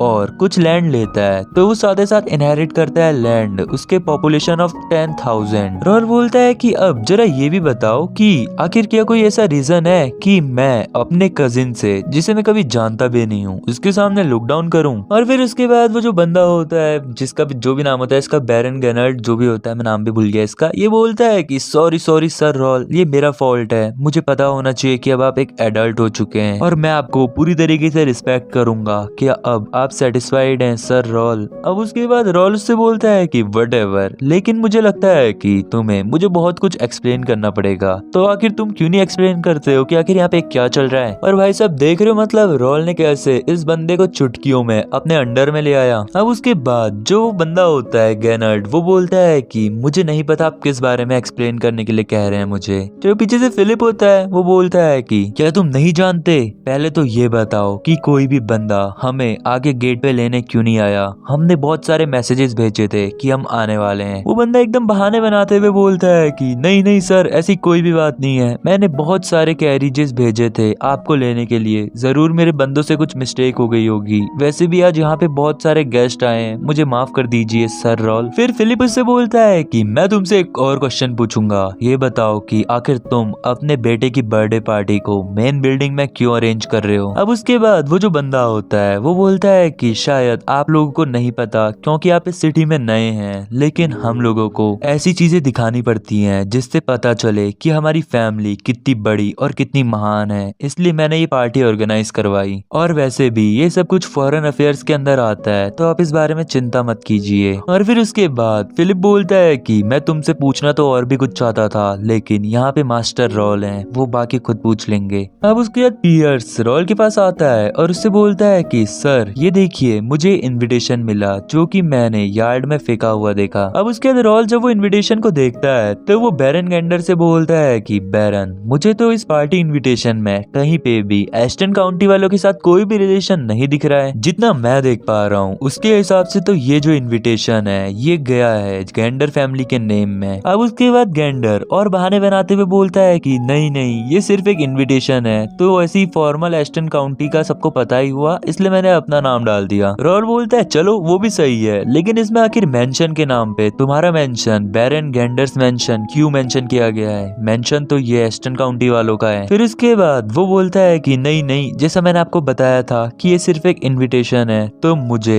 ऐसे पार्टी में ऐसे लोगों को ताकि कंफ्यूजन ना हो इसलिए नाम डालना पड़ा। और फिर वो बंदा रॉल से बोलता है कि ये सारे की सारी चीजें मैंने अथॉरिटी के अंदर करी हैं, अगर आपको मेरे पे भरोसा नहीं है तो वो अपने घर जाके इस बारे में अपनी फैमिली से आर्ग्यू कर सकते हैं। रॉल उससे बोलता है कि रियली, क्या तुम्हें लगता है कि ये जो तुमने पार्टी ऑर्गेनाइज करी है वो रियल है? वो बंदा बोलता है हाँ हाँ ऑफ कोर्स, ये एक लॉन्ग ट्रेडिशनल वे है यूज करने का पार्टी हॉल को। अब उसके बाद रॉल अपने मन ही मन में बोल रहा होता है कि वैसे ये गलत नहीं बोल रहा है, क्योंकि ये कॉमन है मेंशन को किसी और को देना ताकि अदर नोबल्स वहाँ पे आ पाए, लेकिन ये वो सिर्फ तभी कर सकता है जब उसके पास काउंट एस्टन वालों की खुद की परमिशन हो। अब उसके बाद रॉल उससे बोलता है कि as a temporary count deputy मैं तुम्हें ऑर्डर देता हूँ कि ये पार्टी को 1 घंटे के अंदर निपटाओ और ऐसी पार्टीज में जितना भी फंड्स स्पेंड किया गया है उन सब की रिपोर्ट करके मेरे को डिटेल्स दो। अब उसके बाद वो बंदा बोलता है कि क्या नॉनसेंस बातें कर रहे हो, तुम सच में रिडिकुलस हो, मैं इन सबको वापस नहीं भेज सकता हूँ, आखिर तुम बच्चे को ये अथॉरिटी किसने दी? अब उसके बाद रॉल अपने मन ही मन में बोल रहा होता है कि फादर ने सोचा ही था कि ऐसा कुछ यहाँ पे चल रहा होगा। रॉल उससे बोलता है कि क्या तुम मेरे ऑर्डर्स को फॉलो नहीं करोगे? रॉल उससे बोलता है कि यहाँ पे आई गेस ऐसा कोई भी गेस्ट नहीं होगा जो ऐसे जाने में हिचकिचाए, तो तुम्हें इसके बारे में कोई भी वरी नहीं करनी चाहिए। मैं तुम्हें 1 घंटे का जेनरस टाइम दे रहा हूँ, उसमें सब कुछ जल्दी निपटाओ। और या तुम ऐसा चाहते हो कि मैं खुद पार्टी हॉल में जाऊं और सबको बदतमीजी से यहाँ से वापस भेजूं।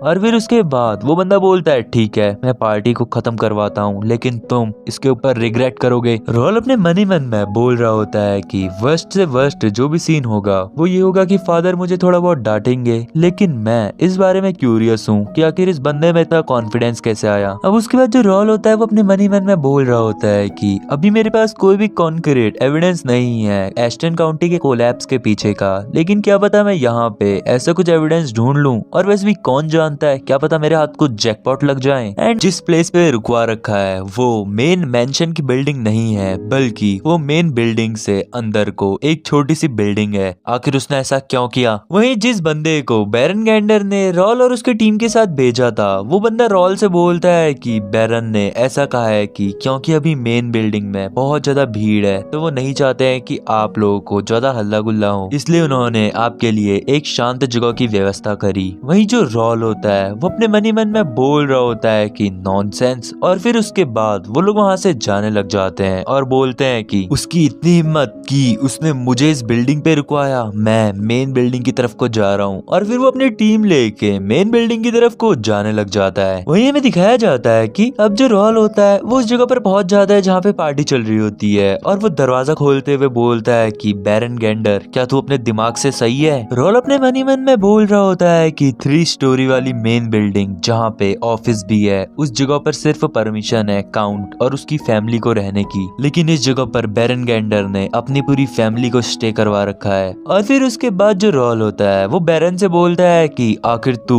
अपने इस प्लान को कैसे एक्सप्लेन करेगा बैरन गैंडर। वो उससे ऐसा भी बोलता है कि तेरी हिम्मत कैसे हुई कि तूने काउंट की ऑफिस वाली बिल्डिंग को अपना पर्सनल रेजिडेंशियल एरिया बना दिया। अब उसके क्योंकि वहाँ पे बहुत सारे गेस्ट होते हैं, तो जो बैरन गैंडर होता है वो थोड़ा सिचुएशन को संभालते हुए रॉल से बोलता है कि नहीं नहीं, हमने इसको ऑक्यूपाई थोड़ी किया है, वो तो 1 साल से यहाँ पे कोई भी नहीं आया था, तो हमने सोचा कि इसको खाली एम्प्टी क्यों रखें, तो इससे बढ़िया इसका यूज कर लेते हैं। अब उसके बाद जो रॉल होता है वो सभी से बोलता है कि जितने भी लोग यहाँ पे हैं सारे के सारे पहली फुर्सत में इस जगह से निकल लो। और फिर रॉल बैरन गैंडर से बोलता है कि अगर तुमने इस मेन मेंशन को आज के आज खाली नहीं किया तो मैं तेरी फैमिली के साथ सर काट दूंगा। और फिर रॉल अपनी टीम वालों से बोल रहा होता है कि अब ऐसे हालातों में तो मुझे ऐसा लग रहा है कि मुझे बैरन गैंडर को फॉरेन अफेयर्स मिनिस्टर की पोजीशन से हटा देना चाहिए। और फिर उसके बाद रॉल बैरन गैंडर से बोलता है कि मैं तुम्हारे ऊपर ऑब्जेक्शन उठाना चाहता हूँ, तुम कल तक मेरे पास आना अपने पूरे के पूरे डॉक्यूमेंटेशन के साथ और मुझे शो करना कि तुमने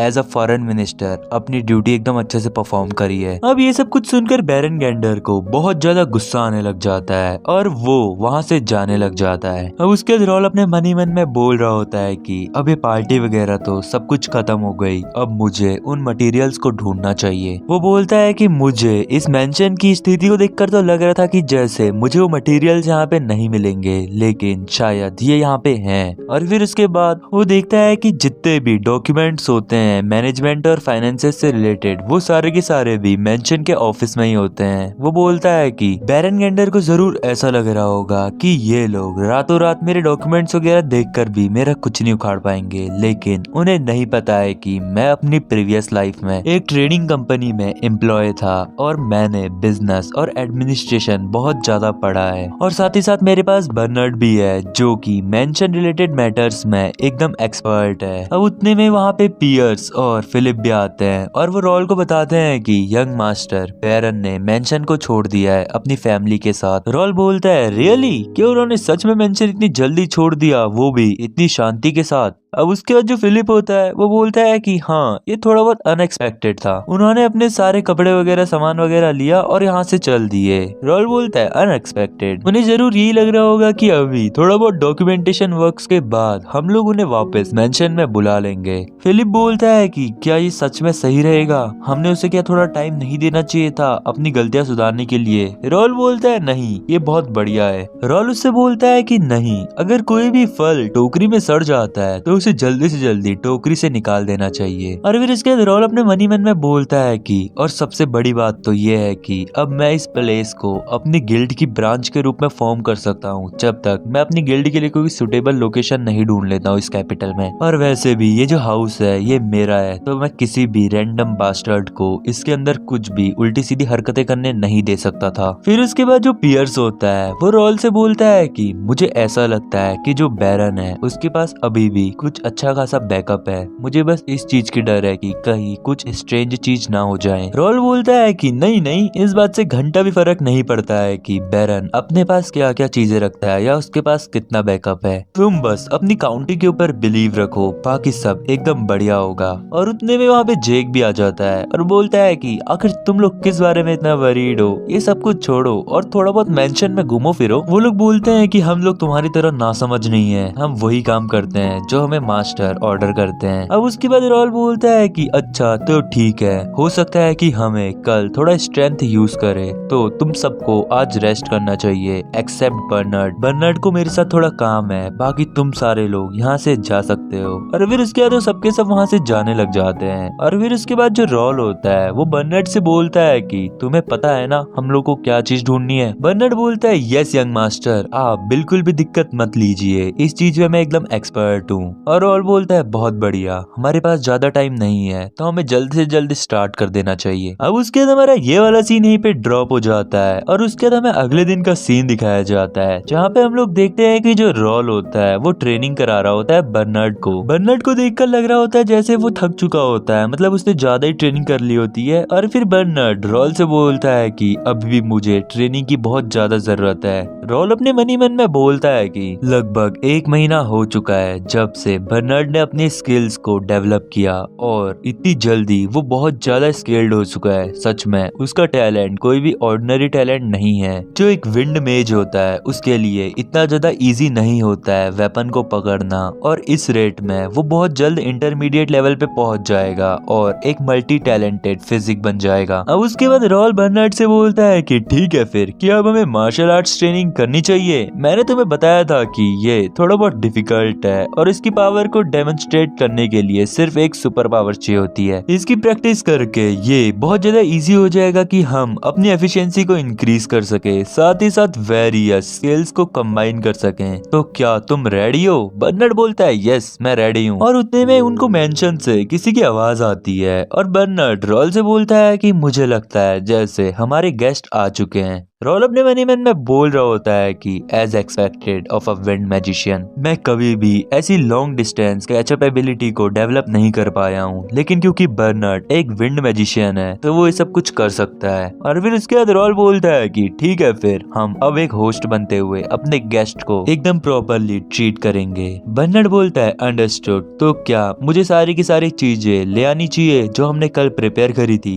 रॉल बोलता है यस तुम उन सबको ले आओ। रॉल बोलता है कि क्योंकि मैं डिजर्व करता हूँ कि मैंने जो कल रात को उतना हार्ड वर्क किया था उसके बदले में मुझे रिवॉर्ड मिले। वहीं जो अपना बर्नार्ड होता है वो अपने मनी मन में बोल रहा होता है कि जब भी मास्टर इस टाइप के कॉन्फिडेंस में जाते हैं तब वो बहुत कुछ अच्छा करते हैं, और मुझे तो इस बात का डर है कि बेरेनगेंडर के साथ पता नहीं क्या हो जाए। अब उसके बाद हमें मेंशन का सीन दिखाया जाता है जहाँ पे हमें पता चलता है कि जो अपना जेक होता है वो बोलता है कि आखिर तुम इतने सारे लोगों ने यहाँ पे भीड़ क्यों लगा रखी है। और वहीं हम लोग देखते हैं कि वो मेंशन में बहुत ज्यादा लोग आए होते हैं जिन्होंने बहुत ज्यादा भीड़ लगा दी होती है। रॉल उन सभी को देखकर अपने मनी मन में बोलता है कि मैं ये तो नहीं समझा कि आखिर इतने सारे लोग यहाँ पे हमारे मेंशन के बाहर से गैदर क्यों हैं, लेकिन इनमें से बहुत सारे लोग एस्कॉर्ट नाइट्स हैं और बहुत सारे फॉर्मिडल विगर भी हैं। उन्हीं के साथ साथ हमारे मेंशन के बाहर से कई सारे सोल्जर्स भी आ रखे हैं। अब उसके बाद जो जेक होता है वो अपने मनी मन में बोल रहा होता है कि इससे फर्क नहीं पड़ता है कि हम लोग इस सिचुएशन को कैसे देख रहे हैं, लेकिन अभी जो सिचुएशन है वो कुछ ऐसी है कि हम लोग इसे अकेले हैंडल नहीं कर सकते हैं। लेकिन क्या यंग मास्टर के दिमाग में कुछ और चल रहा है? और उसके बाद हमें दिखाया जाता है कि वहाँ पे आता है अपना बेरेनगेंडर जो कि बोलता है कि तो क्या चीजें बढ़िया चल रही है।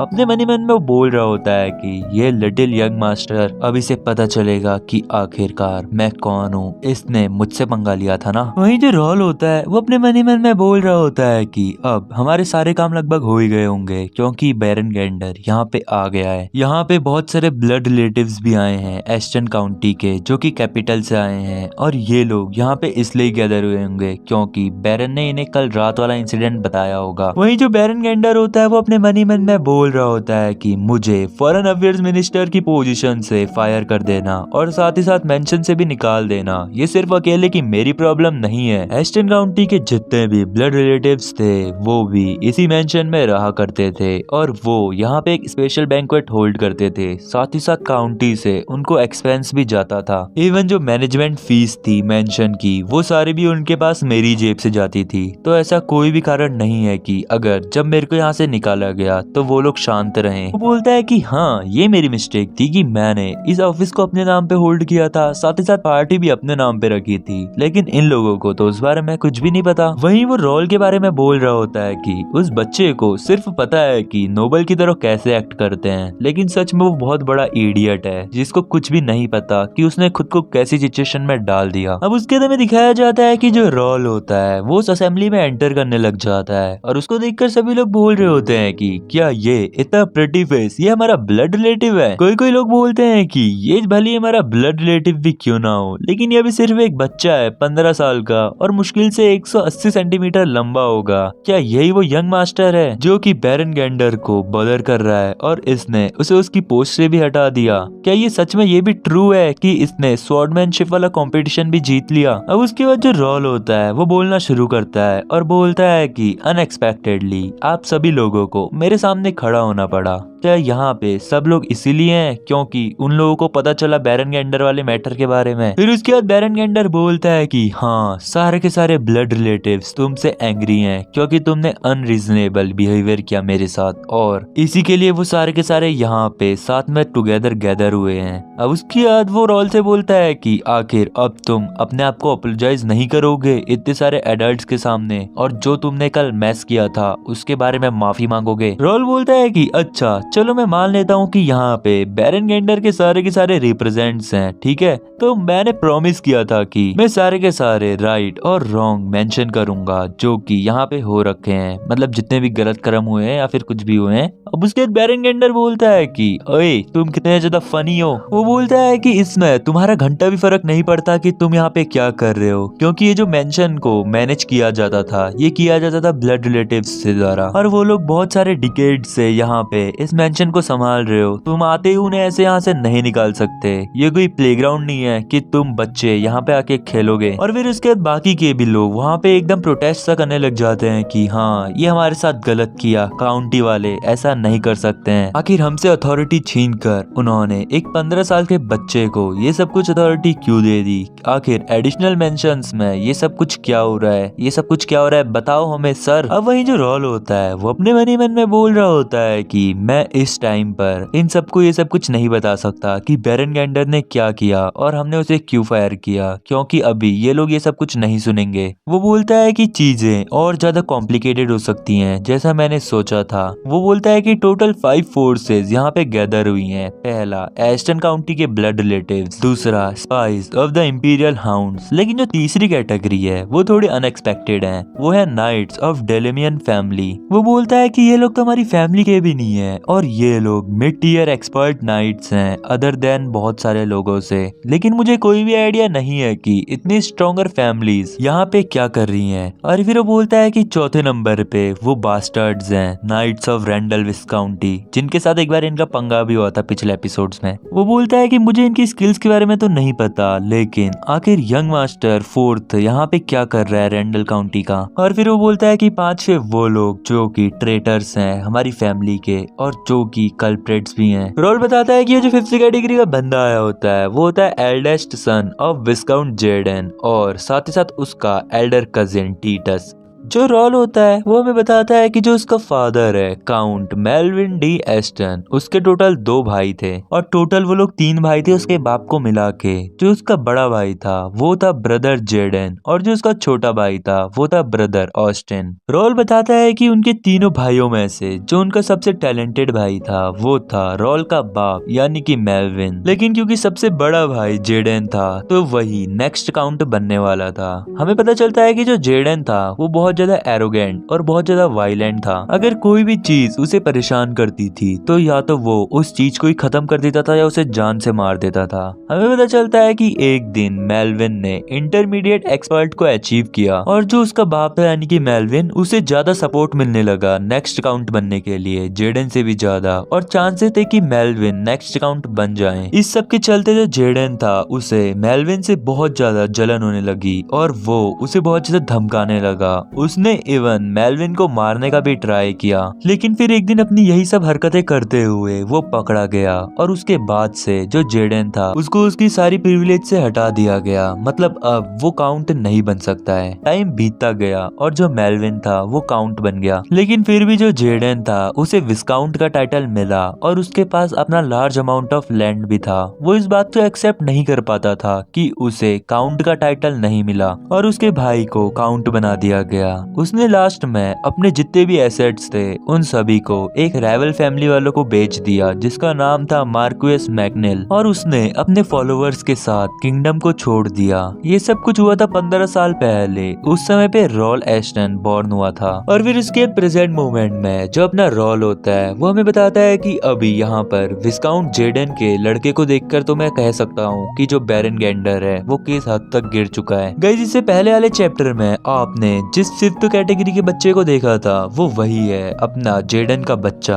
और फिर उसके बाद अपना रॉल बोलता है कि यहाँ पे भी जितने भी लोग खड़े हैं इन सबको 15 साल पहले हुए इंसिडेंट से कोई भी नुकसान नहीं हुआ, तो इन्हें नेगेटिव फीलिंग्स नहीं है विस्काउंट जेडन की तरफ। ये लोग जरूर किसी न किसी मौके का इंतजार कर रहे होंगे कि ये लोग कैसे अभी के काउंट को हटाएं और उस स्पॉट को ले लें। रॉल बताता है कि उसकी पास्ट लाइफ में जो एस्टन काउंटी था उसको स्प्लिट कर दिया गया था मल्टीपल फैक्शंस में, जिसकी वजह से एस्टन काउंटी एकदम बर्बाद हो चुका था और इसीलिए मैं ये सब कुछ नहीं होने दे सकता हूँ और इसलिए मैं इस जगह पर हूँ। अब मैं इन लोगों को बताऊंगा कि ये लोगों ने कितनी बड़ी मिस्टेक करी है। वो अपने मन ही मन में ऐसा भी बोलता है कि मैं ये सब कुछ जानता हूँ कि अभी यहाँ पे क्या चल रहा है और अब ये मेरा टाइम है कि मैं भी अपने कुछ मूव्स करूँ। और फिर उसके बाद वो फिलिप की तरफ को इशारा करता है और फिलिप सभी को शांत करने के लिए कुछ ढोल जैसा बजाने लग जाता है। फिर उसके बाद रॉल सबसे बोलता है कि मैंने तुम लोगों की बहुत बकवास सुन ली और अब मैं भी तुम लोगों से कुछ कहना चाहता हूँ। और फिर उसके बाद वो बर्नार्ड और पियर्स से बोलता है कि ये चीजें उनको दो जरा। हम लोग देखते हैं कि रॉल ने उन सभी के हाथों में एक एक बुक पकड़ा दी होती है और वो सभी लोग देखते हैं कि मतलब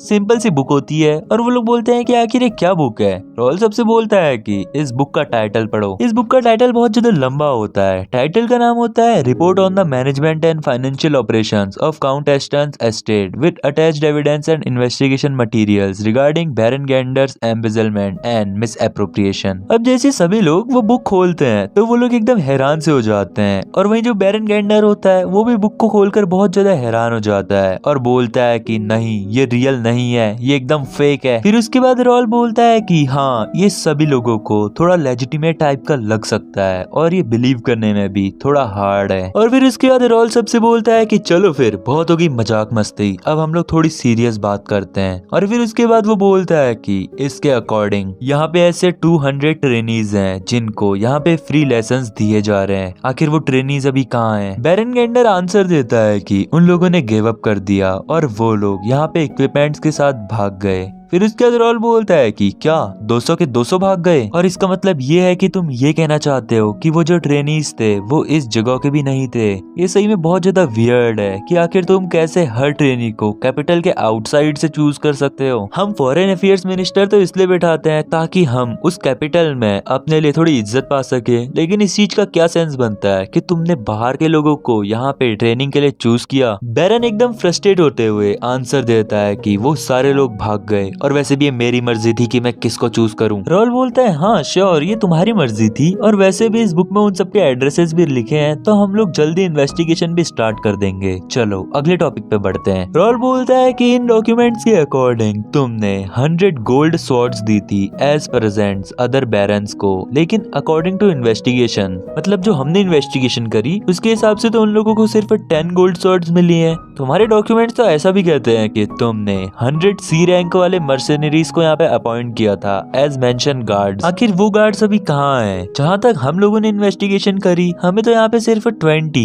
F रैंक वाले गार्ड्स मिले। फिर उसके बाद रॉल बोलता है कि मेन बिल्डिंग में यहाँ पे बहुत ज्यादा फ्रिक्वेंट पार्टीज हुई हैं, celebration for baron's son, baron की वाइफ का बर्थडे, बैरन के hunting ceremony etcetera etcetera. Roel बोलता है कि मैं नहीं समझा कि आखिर तुमने इतने ज्यादा एस्टेट एक्सपेंसेस को ये फुद्दू की पार्टीज में क्यों यूज किया। वहीं रॉल अपने मन ही मन में बोल रहा होता है कि इन सब को सुनते हुए तो अभी मैं बहुत ज्यादा अमेज हो रहा हूँ, लेकिन मुझे ही पता है कि इन सब को बनाने में मुझे कितनी ज्यादा मेहनत लगी। मुझे रात भर उठ के ये रिपोर्ट्स तैयार करनी पड़ी। फिर उसके बाद रॉल हमें ऐसा भी बताता है कि लास्ट नाइट मुझे पता चला कि इनमें से बहुत सारे पेपर्स फेक हैं, तो मुझे बैरन के हाउस में स्नीक करना पड़ा। वो अपने मन ही मन में बोल रहा होता है कि हम लोगों को अकाउंट्स की रियल बुक मिली मेरी एनालिसिस पावर्स की मदद से और पियर्स के ऑब्जर्वेशन स्किल्स की मदद से। और फिर उसके बाद मैंने अपनी डॉक्यूमेंट कॉपी स्किल को यूज किया ताकि मैं इन सबकी कॉपीज बना सकूं सबको दिखाने के लिए। अब उसके बाद रॉल अपने मन ही मन में बोल रहा होता है कि अब तो सभी लोग जान गए होंगे कि आखिर ये सब कुछ क्या हुआ और बैरन ने अभी तक इनका काफी कितना फायदा उठाया। फिर उसके बाद रॉल सभी से बोलता है कि जैसे कि आप सभी लोगों ने देखा कि एस्टेट के आधे से ज्यादा एक्सपेंसेस को सिर्फ फिजूल खर्ची में यूज किया गया, क्या यहाँ पे अभी भी कोई है ऐसा जो कि मेरे बैरन गैंडर को उसकी पोजीशन से निकालने के डिसीजन को डिसएग्री करता है। और उसके बाद सभी लोग मतलब अमेजिंग अमेजिंग कहने लग जाते हैं और बोलते हैं कि वाओ तुमने एकदम कमाल कर दिया। लेकिन उतने में जो बैरन गैंडर होता है वो बोलता है कि तुमने सच में मुझे हैरान कर दिया। आखिर तुम्हें कितनी देर लगी ये सब कुछ प्रिपेयर करने में? 1 साल 2 साल? तुम सच में बहुत ज्यादा खतरनाक हो मेरे नेफ्यू। उसके बाद जो रॉल होता है वो मनी मन में बोल रहा होता है कि आखिर ये बैरन गैंडर क्या कर रहा है, क्या अब ये कोई और नई चाल चलने की सोच रहा है? और फिर उसके बाद जो बैरन गैंडर होता है वो बोलता है कि क्या किसी ने भी इस बुक के बारे में कोई फिशी चीज नोटिस नहीं करी? वो बोलता है कि मैंने कभी भी अपनी पूरी लाइफ में ऐसी ऑर्गेनाइज्ड टेम्पररी रिपोर्ट नहीं देखी है। जो फॉर्मल इन्वेस्टिगेशन होती है उसको मे बी 2 या 3 पन्ने की रिपोर्ट में समेट लिया जा सकता है, लेकिन ये बुक पूरी की पूरी 30 पेजेस की है। फिर इसके बाद बैरन गैंडर पूरी असेंबली में बोलता है कि मेरे नेफ्यू ने सच में बहुत ज्यादा मेहनत करी, लेकिन ये बात कोई भी सेंस नहीं बनाती है। वो सभी से बोलता है कि ये एक ऐसी चीज है जो कि पहले से ही तैयार की गई है, क्योंकि ये पूरी प्लानिंग के साथ आया था कि ये मुझे यहाँ से निकालेगा और अपनी फैमिली को रिस्ट्रेन करेगा कैपिटल में। फिर उसके बाद पूरी की पूरी पब्लिक भी बोलने लग जाती है कि हाँ बैरन गैंडर सही कह रहा है, ये सब कुछ एक पॉलिटिकल साजिश है। एस्टन वालों को यहाँ पे बहुत ज्यादा पैसा लगता था, तो वो लोग अपना बजट बचाने के लिए हम सबको यहाँ से फायर कर रहे हैं। ये सभी लोग अदर फैमिलीज के सपोर्ट को डिक्लाइन करना चाहते हैं और इसलिए इन्होंने बैरन गैंडर को भी फायर किया। वो बोलता है बैरन गैंडर की हम लोग ऐसा नहीं होने दे सकते हैं जैक्सन। और उतने में एक जैक्सन नाम का बंदा आगे आता है और फिर उसके बाद वो बोलता है कि ये हमारी कुछ रिक्वेस्ट हैं जिनकी हमने लिस्ट बनाई है, अगर आप इसे साइन कर देंगे तो हम यहाँ से चले जाएंगे बिना किसी डिसरिस्पेक्ट के। रॉल जेक से बोलता है कि जेक इसे थोड़ा अच्छे से देखना। और फिर उसके बाद जेक जब उस पेपर को देखता है तो उसमें जो डिमांड्स होती हैं वो होती हैं कि पहले डिमांड होती है कि जो स्टेट की ओनरशिप है वो ट्रांसफर की जाए कोई जॉइंट टाइटल वाले को under the name of baron Gander और कोई अदर फैमिली मेंबर्स को। दूसरी डिमांड होती है कि मैनेजमेंट का है जितना भी स्टेट का वो सारा का सारा डिटरमाइन किया जाएगा फैमिली मेंबर्स जो कि कैपिटल में रहते हैं उनके द्वारा। और जो तीसरी डिमांड होती है वो ये होती है कि जो मेन फैमिली की स्वॉर्ड स्किल है उसको एक्सक्लूसिवली शेयर किया जाए बाकी सारी ब्रांच फैमिली मेंबर्स को भी, ताकि उसे फैला सके। जेक वो सारी डिमांड्स को पढ़कर बोलता है कि व्हाट द फक, क्या तुम सभी लोग दिमाग से पैदल हो चुके हो? वो बोलता है कि हम मॉन्स्टर्स को हंट करके स्टेट में जितना पैसा जोड़ सकते हैं तुम उन पैसों की पार्टी करते हो और तुम्हें ओनरशिप चाहिए, स्वॉर्ड स्किल चाहिए, गो फक योरसेल्फ। बैरन गैंडर जेक से बोलता है कि आखिर तुम मेरे सामने इतना रूडली कैसे बात कर सकते हो, और हमें अब समझ में आ गया है कि फैमिली के क्या मोटिव्स हैं। जेक एकदम गुस्से में उससे बोलता है कि तो क्या कर लेगा तू, जा जैसा मैंने कहा, गो फक योरसेल्फ। हम तुम्हें इस घर में रहने की एक बिल्कुल भी जगह नहीं दे रहे, निकल ले चल। और ऐसे ही वो उससे और भी बहुत सारी बातें कहता है। फिर उसके बाद जो बैरन गैंडर होता है वो बोलता है कि आखिर तेरी हिम्मत कैसे हुई, आखिर तूने हमको इंसल्ट कैसे किया। और वो अपनी जेब से अपनी तलवार निकाल लेता है, मतलब उसका जैसे फाइट करने का मूड हो रहा होगा। और वहीं जो अपने बाकी पियर्स, जेक, फिलिप लोग होते हैं वो सारे लोग भी मतलब फाइट के लिए अपनी स्वॉर्ड वॉर्ड निकालने लग जाते हैं। और ऐसा एकदम मतलब मानो वहाँ पे अफड़ा तफड़ी का माहौल मच गया होता है और बस अब फाइट शुरू ही होने वाली होती है। लेकिन उतने में जो रॉल होता है वो जेक से बोलता है कि सर जेक प्लीज स्टॉप। वही जो बैरन गैंडर होता है है। वो बोलता है कि अभी ये जो 3 नाइट मेरे सामने खड़े हैं ये सबसे बेस्ट गोल्डन बियर नाइट्स हैं और मैं इनके सामने घंटा भी नहीं टिक सकता, तो मुझे थोड़ी बात संभालनी पड़ेगी। और फिर उसके बाद वो रॉल से बोलता है कि रॉल, इसने हमें इंसल्ट किया, अगर तुम इन्हें एग्जीक्यूट नहीं करोगे और अपोलोजाइज करने के लिए नहीं कहोगे और उसके बाद हम लोग फाइट करेंगे और फिर रुकने के लिए बिल्कुल भी तैयार नहीं होंगे। लेकिन जो रॉल होता है वो उससे बोलता है कि नहीं, मेरे हिसाब से तो जेक ने कुछ भी गलत नहीं कहा। तुम्हें ये लगता है तुमने जो भी हरकतें करी हैं वो इस पेपर्स की मदद से सॉल्व हो जाएगी? मुझे तो लगता था कि तू इतना इम्प्रेस्ड हो कि थोड़ा शर्माएगा। और फिर उसके बाद रॉल अपनी भी स्वॉर्ड निकाल लेता है और बोलता है कि मुझे तो लगता था कि तू थोड़ा बहुत तो अथॉरिटेरियन पर्सन होगा, लेकिन तू उतना भी नहीं निकला। तू जानता है कि वो जो तूने पेपर्स में बुलशिट्स लिखी हैं मैं उनमें कभी भी साइन नहीं करूंगा। तो बोल, आखिर तू क्या कहना चाहता है? वहीं जो अपना बैरन गेंडर होता है वो मन ही मन में बोलता है कि मैंने तो सुना था कि ये पूरी फैमिली में सबसे ज्यादा वीकेस्ट और सबसे ज्यादा टैलेंटलेस है, लेकिन आखिर इसमें इतनी हिम्मत कैसे आई? लेकिन मैं भी अब पीछे नहीं हट रहा हूँ। और फिर इसके बाद बैरन गेंडर सभी से बोलता है कि अब यहाँ पे ब्लफ करने का कोई भी फायदा नहीं है, तुम लोग इस जगह को नहीं छोड़ सकते हो जब तक ये लोग पेपर को साइन नहीं करेंगे। और वहीं उसके कुछ बंदे पीछे से जो मेन गेट होता है उसको बंद कर देते हैं और जो बैरन गेंडर के साथ बंदे आए होते हैं वो लोग बोलते हैं कि तुम इस जगह को नहीं छोड़ सकते हो जब तक तुम इन पेपर्स पे साइन नहीं करोगे। और वहीं हम रॉल को देखते हैं जो कि मतलब थोड़ा एकदम साइको काइंड ऑफ लुक देता है और वो बोलता है कि मुझे थोड़ा केयरफुली सोचना पड़ेगा। अपना रॉल होता है वो बोलता है कि बैरन, जो तुमने कांड किए हैं और जो हरकतें तुम अभी कर रहे हो उनको देखकर ऐसा लग रहा है जैसे तुम चाहते हो कि तुम काउंटी के अगेंस्ट वॉर करना चाहते हो। वहीं उसके बाकी के जो बंदे होते हैं बैरन गेंडर के, वो लोग भी बोलते हैं कि बैरन, ये हम लोगों ने एग्री नहीं किया था, हम लोगों को नहीं पता था कि तुम लोग काउंटी के अगेंस्ट वॉर कर रहे हो, हम लोग जा रहे हैं यहाँ से। बैरन उन सभी से बोलता है कि तुम लोग पागल हो क्या?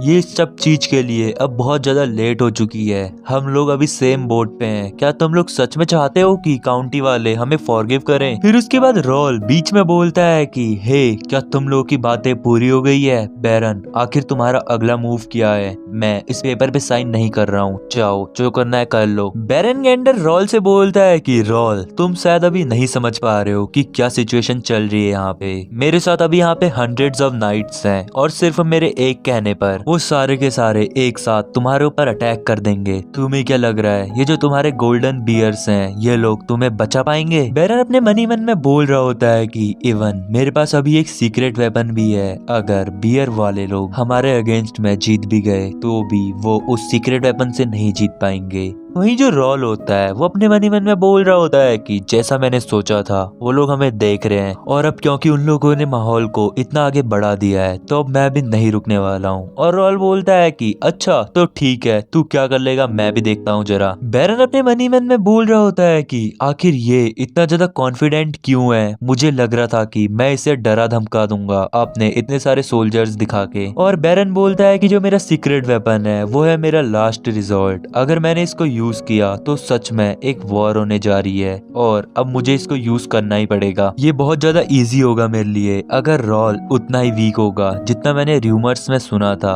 और फिर वो अपने मतलब जेब से कुछ निकालता है और बोलता है कि मुझे इंसल्ट किया गया है फेक डॉक्यूमेंट्स दिखा के और साथ ही साथ मुझे मेरे ही लोगों के सामने डिसरिस्पेक्ट किया गया है, तो मुझे इन सब चीजों के लिए जस्टिस चाहिए। और फिर उसके बाद वो बोलता है कि रॉल डी एस्टन, मैं तुमसे प्रूफ मांगता हूँ लाइनेज का, प्रूफ ऑफ लाइनेज बताओ मुझे। और ये जो प्रूफ ऑफ लाइनेज होता है ये कैसी डुअल रिक्वेस्ट होती है जो कि सिर्फ लाइफ टाइम में एक बार यूज कर पाते हैं। वहीं जितनी भी पब्लिक होती है वो लोग सारे के सारे आपस में बातें करने लग जाते हैं कि ये फाइट करने का एक ऐसा तरीका होता है जिससे हम सुपीरियर्स से फाइट कर सकते हैं और वो उसको यहाँ पे यूज कर रहा है। और इवन यहाँ पे जो इसका ओपोनेंट है वो उसका नेफ्यू है। फिर उसके बाद रॉल उससे बोलता है कि बैरन गेंडर, क्या तुम सच में सीरियस हो? आखिर मैं तुम्हारे इन रिक्वेस्ट को क्यों एक्सेप्ट करूंगा? बैरन बोलता है कि इसको मेरी लास्ट मर्सी कंसिडर कर लो और वैसे भी ये तुम्हारी सील टेकन अवे करने से तो ज्यादा बेटर है। रॉल बोलता है कि अच्छा तुम मान लो जीत भी गए तो तुम्हें लोग क्या बोलेंगे कि इसने अपनी नेफ्यू से सील थ्रो आउट करी है और वो भी जिस मेथड का यूज किया है वो है ऑनरेबल ड्यूअल। बैरन बोलता है कि अभी भी डिसाइड कर लो, अगर तुमने अभी भी मना किया तो फिर मुझको फोर्सफुली यूज करना पड़ेगा।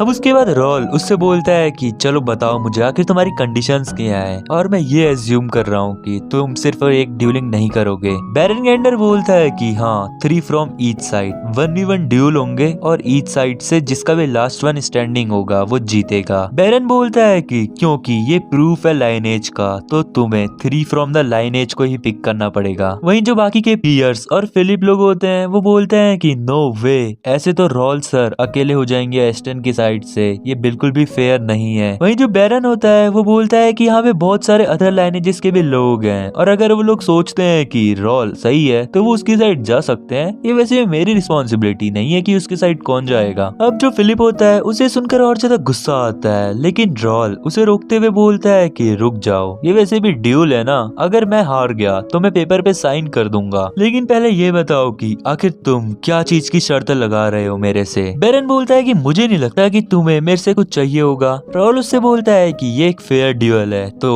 तुम्हें भी अपनी साइड से बेट लगानी पड़ेगी ताकि ये फेयर हो। और फिर रॉल उससे बोलता है कि अगर मैं जीत गया तो मैं सारे के सारे फैमिली मेंबर्स के हाउस ले लूंगा जो भी पेपर में साइन करवा रहे हैं, अगर तुम इस डील पर एग्री करते हो तो मैं ड्यूल करूंगा, नहीं तो कोई भी ड्यूल नहीं होगी। तो बताओ आखिर तुम क्या कहते हो। वहीं जो बैरन होता है वो अपने मन ही मन में बोल रहा होता है कि आखिर ये क्या सोच रहा है, और वैसे भी अगर मैंने इसके लिए हाँ बोल भी दिया तो ये बाकी फैमिलीज वालों के लिए खतरा है, मेरे लिए इसमें कुछ भी बुराई नहीं है। और फिर उसके बाद बैरन बोलता है कि हाँ मैं इस बात पे एग्री करता हूँ, और क्या तुम भी सारे के सारे ड्यूल्स एक्सेप्ट करते हो। वहीं पीछे से फिलिप बोलता है कि ये सब कुछ करने के और भी तरीके थे, लेकिन रॉल अपने मन ही मन में बोल रहा होता है कि फिलिप सही बोल रहा है, लेकिन मैंने अब ये ऑलरेडी डिसाइड कर लिया है कि मैं ड्यूल को एक्सेप्ट करूंगा। और वही रॉल बोलता है कि इसके साथ साथ मेरा क्वेस्ट भी पूरा हो जाएगा, और उसका जो क्वेस्ट आया होता है वो भी यही आया होता है कि प्रूफ ऑफ लाइनेजेस वाला क्वेस्ट होता है और ऑब्जेक्टिव होता है ड्यूल को जीतना। रॉल फिलिप से बोलता है कि फिलिप क्या तुम्हें लगता है कि मैं इस ड्यूल को हारूंगा।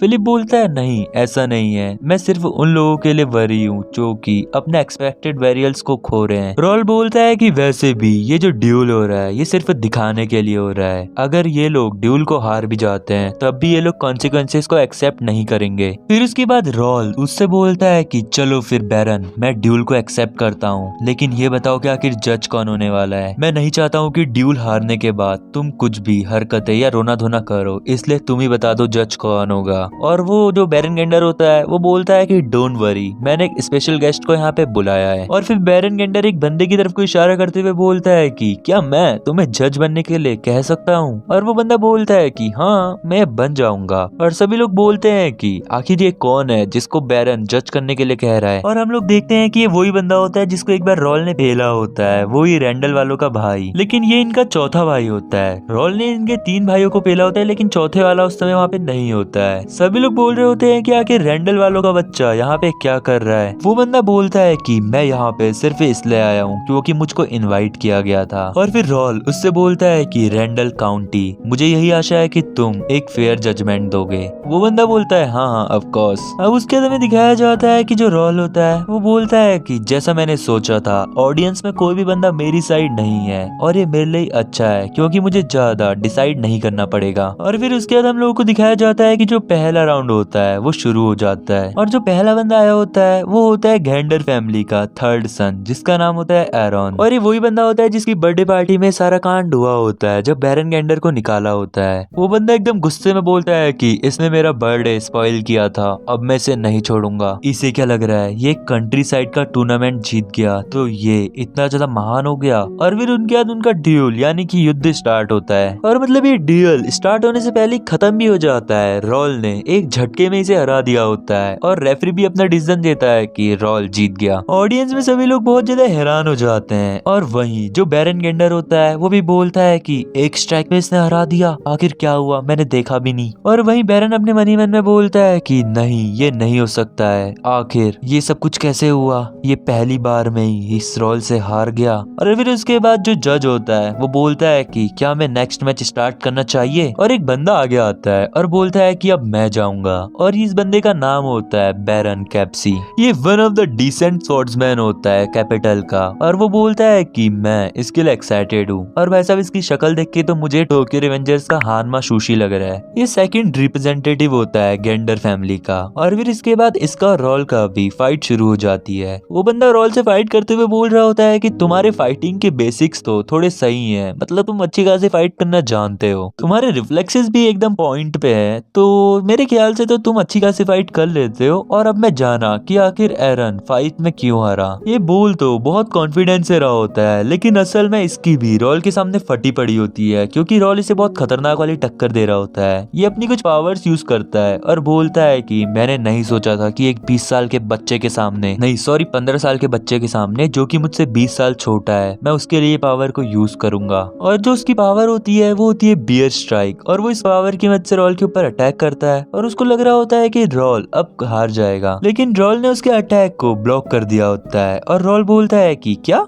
Beer strike. जो दूसरा बंदा होता है उन दोनों की फाइट चल रही होती है, हाँ वही बंदा जो कि हानमा सुशी की तरह दिखता है। अब उसके बाद रॉल बोलता है कि आखिर इसको क्या लग रहा है, ये इस तरह की आर्ट को मेरे ऊपर यूज करेगा? क्या इसको नहीं पता कि जिस स्वॉर्ड आर्ट को यूज कर रहा है वो मेरी सबसे ज्यादा एडवांटेज है? और फिर इसके बाद वो सस्ता हानमा सुशी होता है वो बोलता है कि आखिर मेरी ये टेक्निक इसके ऊपर काम क्यों नहीं कर रही है? आखिर ये फैमिली कितनी भी टेक्निक सीख ले, लेकिन ये इस टेक्निक को नहीं हरा सकती। और फिर उसके बाद वो सस्ता हानमा सुशी एक और अटैक उसके ऊपर करता है, लेकिन उसका वो अटैक भी रॉल एकदम तगड़े तरीके से ब्लॉक कर देता है। रॉल बोलता है कि इस बंदे को आखिर क्या लग रहा है कि ये ऐसी सस्ती सस्ती स्वॉर्ड आर्ट स्किल मेरे ऊपर यूज करेगा, कैपिटल के काउंट के ऊपर। चलो जो भी है, कम से कम एक कोशिश तो कर रहा है। वही हमें दिखाया जाता है कि जो ऑडियंस में लोग होते हैं वो बोल रहे होते हैं कि भले ये बच्चा एक दो अटैक को ब्लॉक कर ले, लेकिन इसे क्या लग रहा है, क्या ये जीत जाएगा? ये अभी एक सिर्फ बच्चा है जिसको कॉम्बैट का बिल्कुल भी एक्सपीरियंस नहीं है। इसको क्या लग रहा है, फैमिली की स्वॉर्ड आर्ट यूज करके ऐसे ही जीत जाएगा? वहीं रॉल को भी उनकी बातें सुनाई दे रही होती है, और रॉल बोलता है कि ये लोग कितने फनी हैं, ये एक लूजर्स हैं जिन्होंने अपनी जॉब छोड़ दी है सिर्फ जो इन्हें कॉम्प्लेक्स में इंफीरियरिटी मिल रही है, सिर्फ उसकी वजह से ये लोग काउंट के पैसों पे पल रहे हैं और ये यहीं का मजाक उड़ा रहे हैं। हाँ, लूजर्स। रॉल अपने मन ही मन में ऐसा भी बोलता है कि ऑफ कोर्स ये लोग वही ब्लड रिलेटिव्स हैं जिन्हें आता तो कुछ नहीं है, सिर्फ यहाँ पे बिगर बिगर ड्रीम्स लेके आ जाते हैं। और फिर उसके बाद रॉल अपना एक फाइनल अटैक उस बंदे के ऊपर करता है और बोलता है कि टू बी ऑनेस्ट मैं तुम्हारे ऊपर बहुत ज्यादा एहसान कर रहा हूँ। अगर मैंने तुम्हें अपनी असली स्वॉर्ड स्किल्स के साथ फाइट करी तो तुम शायद अभी तक जिंदा भी नहीं बचे हो। वही वो जो बंदा होता है सस्ता हानमा सुशी, वो बोलता है कि तू एक यंग ब्रेड और तू मुझको ज्यादा ज्ञान पेल रहा है, और उसको भी बहुत ज्यादा गुस्सा आ रहा होता है और वो और ज्यादा अटैक करने लग जाता है रॉल के ऊपर। वो बोलता है कि तू एक ऐसे बंदे को ज्ञान पेल रहा है जिसने 15 साल से किसी स्वॉर्ड स्किल को मास्टर कर रखा है, हाउ एरोगेंट। और फिर वो अपनी एक स्वॉर्ड टेक्निक यूज करता है रॉल के ऊपर, लेकिन इसको क्या पता कि ये इसका लास्ट अटैक होगा। वही जो ऑडियंस वाले बंदे होते हैं वो बोलते हैं कि देखो ये इसका वॉल्फ टेक्निक है, कितनी ज्यादा पावरफुल है, इस अटैक के साथ तो ये रियली उस बच्चे को हरा देगा। और मतलब वो सारे के सारे लोग सेटिस्फेक्शन ले रहे होते हैं खुद के लिए, लेकिन जो रॉल होता है अब वो अपना भी एक अटैक करता है उस सस्ते हानमा सुशी के ऊपर। रॉल उसके ऊपर अटैक करते हुए उससे बोलता है कि इस बात से फर्क नहीं पड़ता है कि तुमने आखिर कितनी ज्यादा स्वॉर्ड स्किल सीखी है, इस बात से फर्क पड़ता है कि आखिर तुमने उसमें कितनी मास्टरी कर रखी है। और जो अपना रॉल होता है वो एक सिंपल सी स्वॉर्ड स्किल के साथ उसके ऊपर अटैक करता है। वहीं जो सस्ता हानमा सुशी होता है वो उससे बोलता है कि तुझे क्या लग रहा है, ये बेसिक की स्वॉर्ड स्किल से तुम मेरे को हराएगा? रॉल ने जो टेक्निक यूज करी होती है वो होती तो एकदम सिंपल है, और सस्ता हानमा सुशी जैसे ही उसे ब्लॉक करता है तो उसे ब्लॉक नहीं कर पाता है, क्योंकि अचानक से जो रॉल का अटैक होता है उसने अपनी डायरेक्शन बदल दी होती है, और ये अटैक का नाम होता है fifth form of the bear crush swordsmanship. और जो रॉल होता है वो सीधा उस सस्ता हानमा सुशी के ऊपर अटैक करता है, और वो सस्ता हानमा सुशी सीधा पीछे जाके पड़ता है। वो एकदम हैरान होते हुए बोलता है कि आखिर ये इतनी जल्दी जल्दी अपनी स्वॉर्ड फॉर्म्स को कैसे चेंज कर पा रहा है, इवन मैं इसको रिएक्ट करते हुए देख भी नहीं पा रहा हूँ। अब उसके हमें थोड़ा पता चलता है कि जो एक स्वॉर्ड आर्ट होती है वो कंसिस्ट करती है स्वॉर्ड फॉर्म्स की, और जो स्वॉर्ड फॉर्म होती है वो पाथ होते हैं जो कि कंबाइन करते हैं बेसिक स्वॉर्ड स्टाइल, जैसे हॉरिजॉन्टल स्लैश, वर्टिकल स्लैश ऐसे करके। लेकिन बहुत कम स्वॉर्ड्समैन ऐसे होते हैं जो कि इन सारी स्वॉर्ड फॉर्म्स को एक साथ लिंक करके साथ में अटैक कर पा रहे होते हैं। और जो रॉल होता है वो भी अभी सेम इसी टाइप का अटैक इसके ऊपर कर पा रहा होता है। और अब जो रॉल होता है वो उस सस्ते हानमा सुशी के हाथ से उसकी तलवार नीचे गिराता है और उसकी गर्दन पे तलवार रखते हुए उससे बोलता है कि तो क्या तेरा गेम ओवर हो गया? मैंने तो अभी अपने सबसे बेसिक स्वॉर्ड फॉर्म स्विच वाली स्टाइल को अपनाया, तू तो इतने में निपट गया, और इसके बाद क्या तुझे लगता है कि तेरी टेक्निक कुछ काम की है? वहीं जो सस्ता हानमा मात्सुशी होता है वो सीधे जमीन पे जाके पड़ता है रॉल के सामने और वो हार चुका होता है और रेफरी बोलता है कि इस राउंड का विनर भी है रॉल। वहीं जो बैरन गेंडर होता है वो बहुत ज्यादा हैरान हो जाता है और ऑडियंस में सभी लोग बोल रहे होते हैं कि जो सिचुएशन है वो अब ज्यादा स्ट्रॉन्गर होती जा रही है। अब बैरन गेंडर बोलता है कि डोंट वरी, अगर वो हार भी गया तो अभी हमारे पास एक बहुत तगड़ा स्वॉर्ड यूजर है। क्या किसी को पता है लास्ट कंटेस्टेंट कौन है? वही जो अपना रेफरी होता है रैंडल वालों का चौथा बेटा, वो बोलता है कि चलो फिर अब तीसरे कंटेस्टेंट को जल्दी से आगे बुलाओ। और वो अपने मनी मन में बोल रहा होता है कि ये सच में कितना ज्यादा एंटरटेनिंग है, मैं इन एस्टन के बास्टर्ड्स को अपनी आंखों के सामने पिटते हुए देख रहा हूँ। और हम लोग देखते हैं कि एक बंदा वहाँ पे आता है और बोलता है कि तो फाइनली अब मेरी टर्न आ चुकी है। सभी लोग देखते हैं कि आखिर ये है कौन और हम लोगों को पता चलता है कि एक बंदा यहाँ पे आता है जिसका नाम होता है डेव और ये होता है third representative of gander family. और भाई साहब जिस हिसाब से बंदा आ रहा है हिसाब से तो इसको देख के लग रहा है जैसे बहुत ज्यादा हट्टा कट्टा एकदम ताकतवर सा बंदा होगा। इसको देख के रॉल अपने मनी मन में बोल रहा होता है कि किसको लगा था कि जो बैरन गेंडर है वो अपना पूरा का पूरा एफर्ट लगा देगा इस फाइट के लिए। वहीं वो जो बंदा आया होता है वो बोलता है कि ओए लिटिल किड,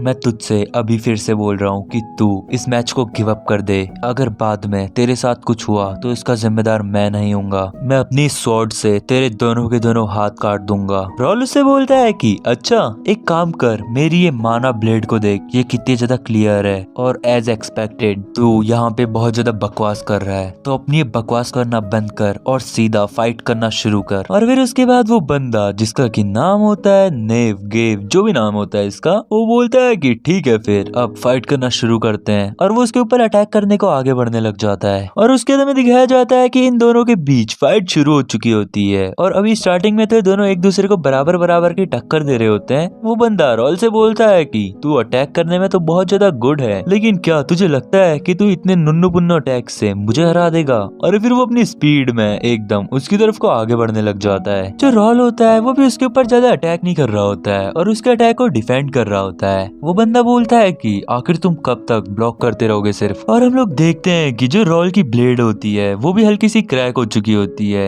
रॉल बोलता है कि ओ मेरी ब्लेड क्रैक हो चुकी है। वो अपने मनी मन में बोलता है कि जब कोई यूजर की इंटरमीडिएट माना स्वॉर्ड कोलाइड करती है एक एक्सपर्ट माना ब्लेड से तो जरूर है कि वो ब्लेड टूट जाएगी। और वो अपने मनी मन में बोलता है कि लेकिन मैंने जैसा सोचा था ये एक रियल माना ब्लेड नहीं है। अभी तक मैंने बहुत कुछ देख लिया, तो क्या अब मुझे इस सब को खत्म कर देना चाहिए? और फिर उसके बाद जो रॉल होता है वो एक बड़ा ही भयंकर अटैक उस बंदे के ऊपर करता है और उससे बोलता है कि बस ये हो गया फेक एक्सपर्ट, या फिर मैं कहूँ अंपायर डॉग। हमें दिखाया जाता है कि रॉल उस बंदे के ऊपर अटैक करता है और रॉल इतना खतरनाक अटैक करता है कि रॉल की तो स्वॉर्ड टूटती है, लेकिन साथ में उस बंदे की भी स्वॉर्ड उसके हाथ से छूट जाती है। और रॉल बिना उस बंदे को कोई टाइम दिए सीधा बहुत तेज का पंच उसके मुंह पे रख देता है और वो बंदा सीधा पीछे जाके पड़ता है। रॉल उससे बोलता है कि रेस्ट इन पीस, और रॉल उसके मुंह पे जाके उसके मुंह पे और पंचेस पे पंचेस मारे जा रहा होता है। उस बंदे की एकदम अच्छे से हालत खराब हो चुकी होती है, मतलब बहुत ज्यादा पिट चुका होता है वो बंदा और उसके मुंह से खून निकल रहा होता है। रॉल बोलता है कि जज रिजल्ट अनाउंस नहीं करोगे क्या?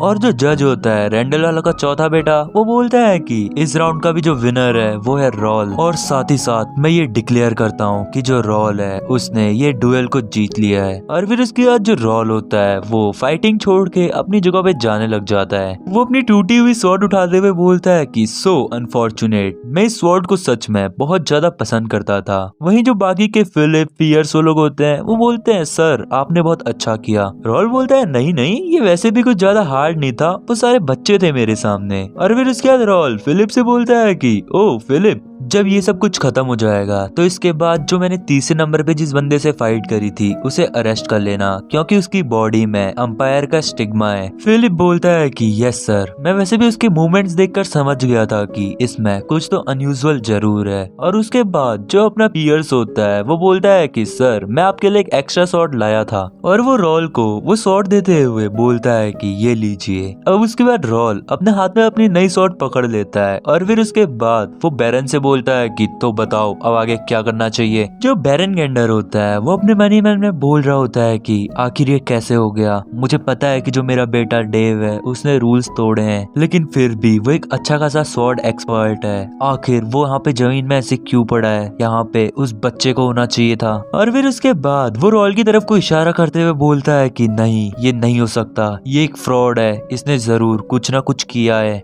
ये जो भी डुअल हुआ था इसको कैंसिल किया जाता है, इसको गिना नहीं जाएगा। और फिर वो अपने मन ही मन में बोल रहा होता है कि ये सब कुछ अब एकदम यूजलेस है। मुझे अगर इनके बराबर में जाना है तो मुझे वो पेपर्स लेने पड़ेंगे जिनमें सबूत है। और फिर वो अपने सारे बंदों को बोलता है कि वो जो उसके पास पेपर्स हैं उससे वो पेपर लो। आखिर तुम लोग क्या कर रहे हो, जाओ सीधा उससे पेपर लो। वो बंदे भी बोलते हैं कि हाँ, अब इसके अलावा हम कुछ और कर भी नहीं सकते हैं। और वो सारे के सारे रॉल के ऊपर जाने लग जाते हैं। रॉल बोलता है जैसा मैंने सोचा था। और फिर रॉल अपनी टीम वालों से बोलता है कि चलो फिर अब हमारा भी थोड़ा खेलने का टाइम आ चुका है। और वहीं जो जेक, पियर्स और बाकी लोग होते हैं वो बोलते हैं कि हाँ, हम लोग भी इस चीज के लिए कब से वेट कर रहे थे। लेकिन तभी हम अचानक से देखते हैं कि जो सामने वाले ओपोनेंट्स में से एक बंदा होता है वो बोलता है कि कोई भी सर रॉल के पास नहीं जाएगा। रॉल अपने मन ही मन में बोलता है कि क्या इसके जो बंदे हैं ये यहाँ पे हमको सपोर्ट कर रहे हैं। और वो सारे के सारे बोल रहे होते हैं कि सब के सब पीछे हो जाओ, कोई भी यहाँ पे उनके पास मत जाओ। और वो सारे के सारे बेरेंगेंडर के ऊपर चढ़ने लग जाते हैं। बैरन बोलता है कि यू पीस ऑफ शिट,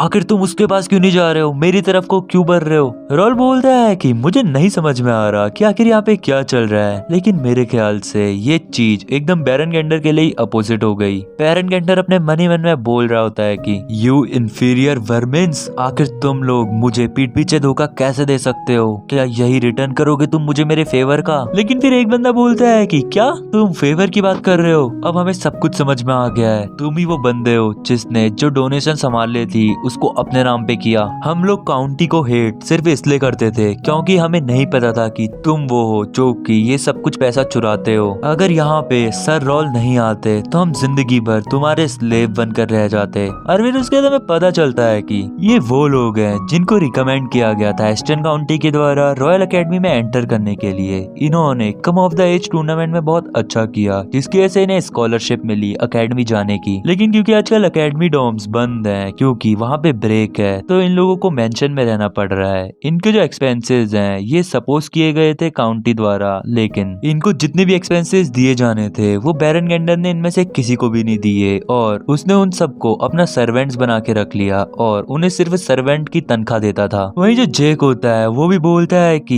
ये बहुत ज्यादा क्रेजी है, इसने यहाँ का सारा पैसा चुराया सिर्फ इसलिए क्योंकि इसको यहाँ पे चार्ज पे रख रखा था। रोल बोलता है कि इन सब का जो कंक्लूजन निकला वो ये निकला कि हम लोगों ने जो फॉरेन अफेयर्स की पावर दी थी वो गलत बंदे को दी थी और मुझे नहीं लगता कि ये स्टार्टिंग से ही ऐसा होगा। अब उसके बाद जेक बोलता है कि तो अब हमें क्या करना चाहिए, अगर ये फाइटिंग हुई तो यहाँ पे बहुत सारे लोग इंजर्ड हो जाएंगे। रोल बोलता है कि नहीं नहीं, तुम इस बारे में चिंता मत करो, वो अब यहाँ पे आने वाले होंगे। जेक बोलता है कि क्या, आखिर यहाँ पे अब कौन आने वाले हैं। और जैसे ही सभी लोग दरवाजे की तरफ को देखते हैं तो वो हम लोग को दिखाया जाता है कि दरवाजे से एक बंदा एंटर होता है। सभी लोग हैरान होने लग जाते हैं कि आखिर यहाँ पे क्या हो रहा है और ये कौन आया है। हम लोग देखते हैं कि एक बहुत हट्टा कट्टा बंदा सभी लोगों के ऊपर से चढ़ के अंदर आ रहा होता है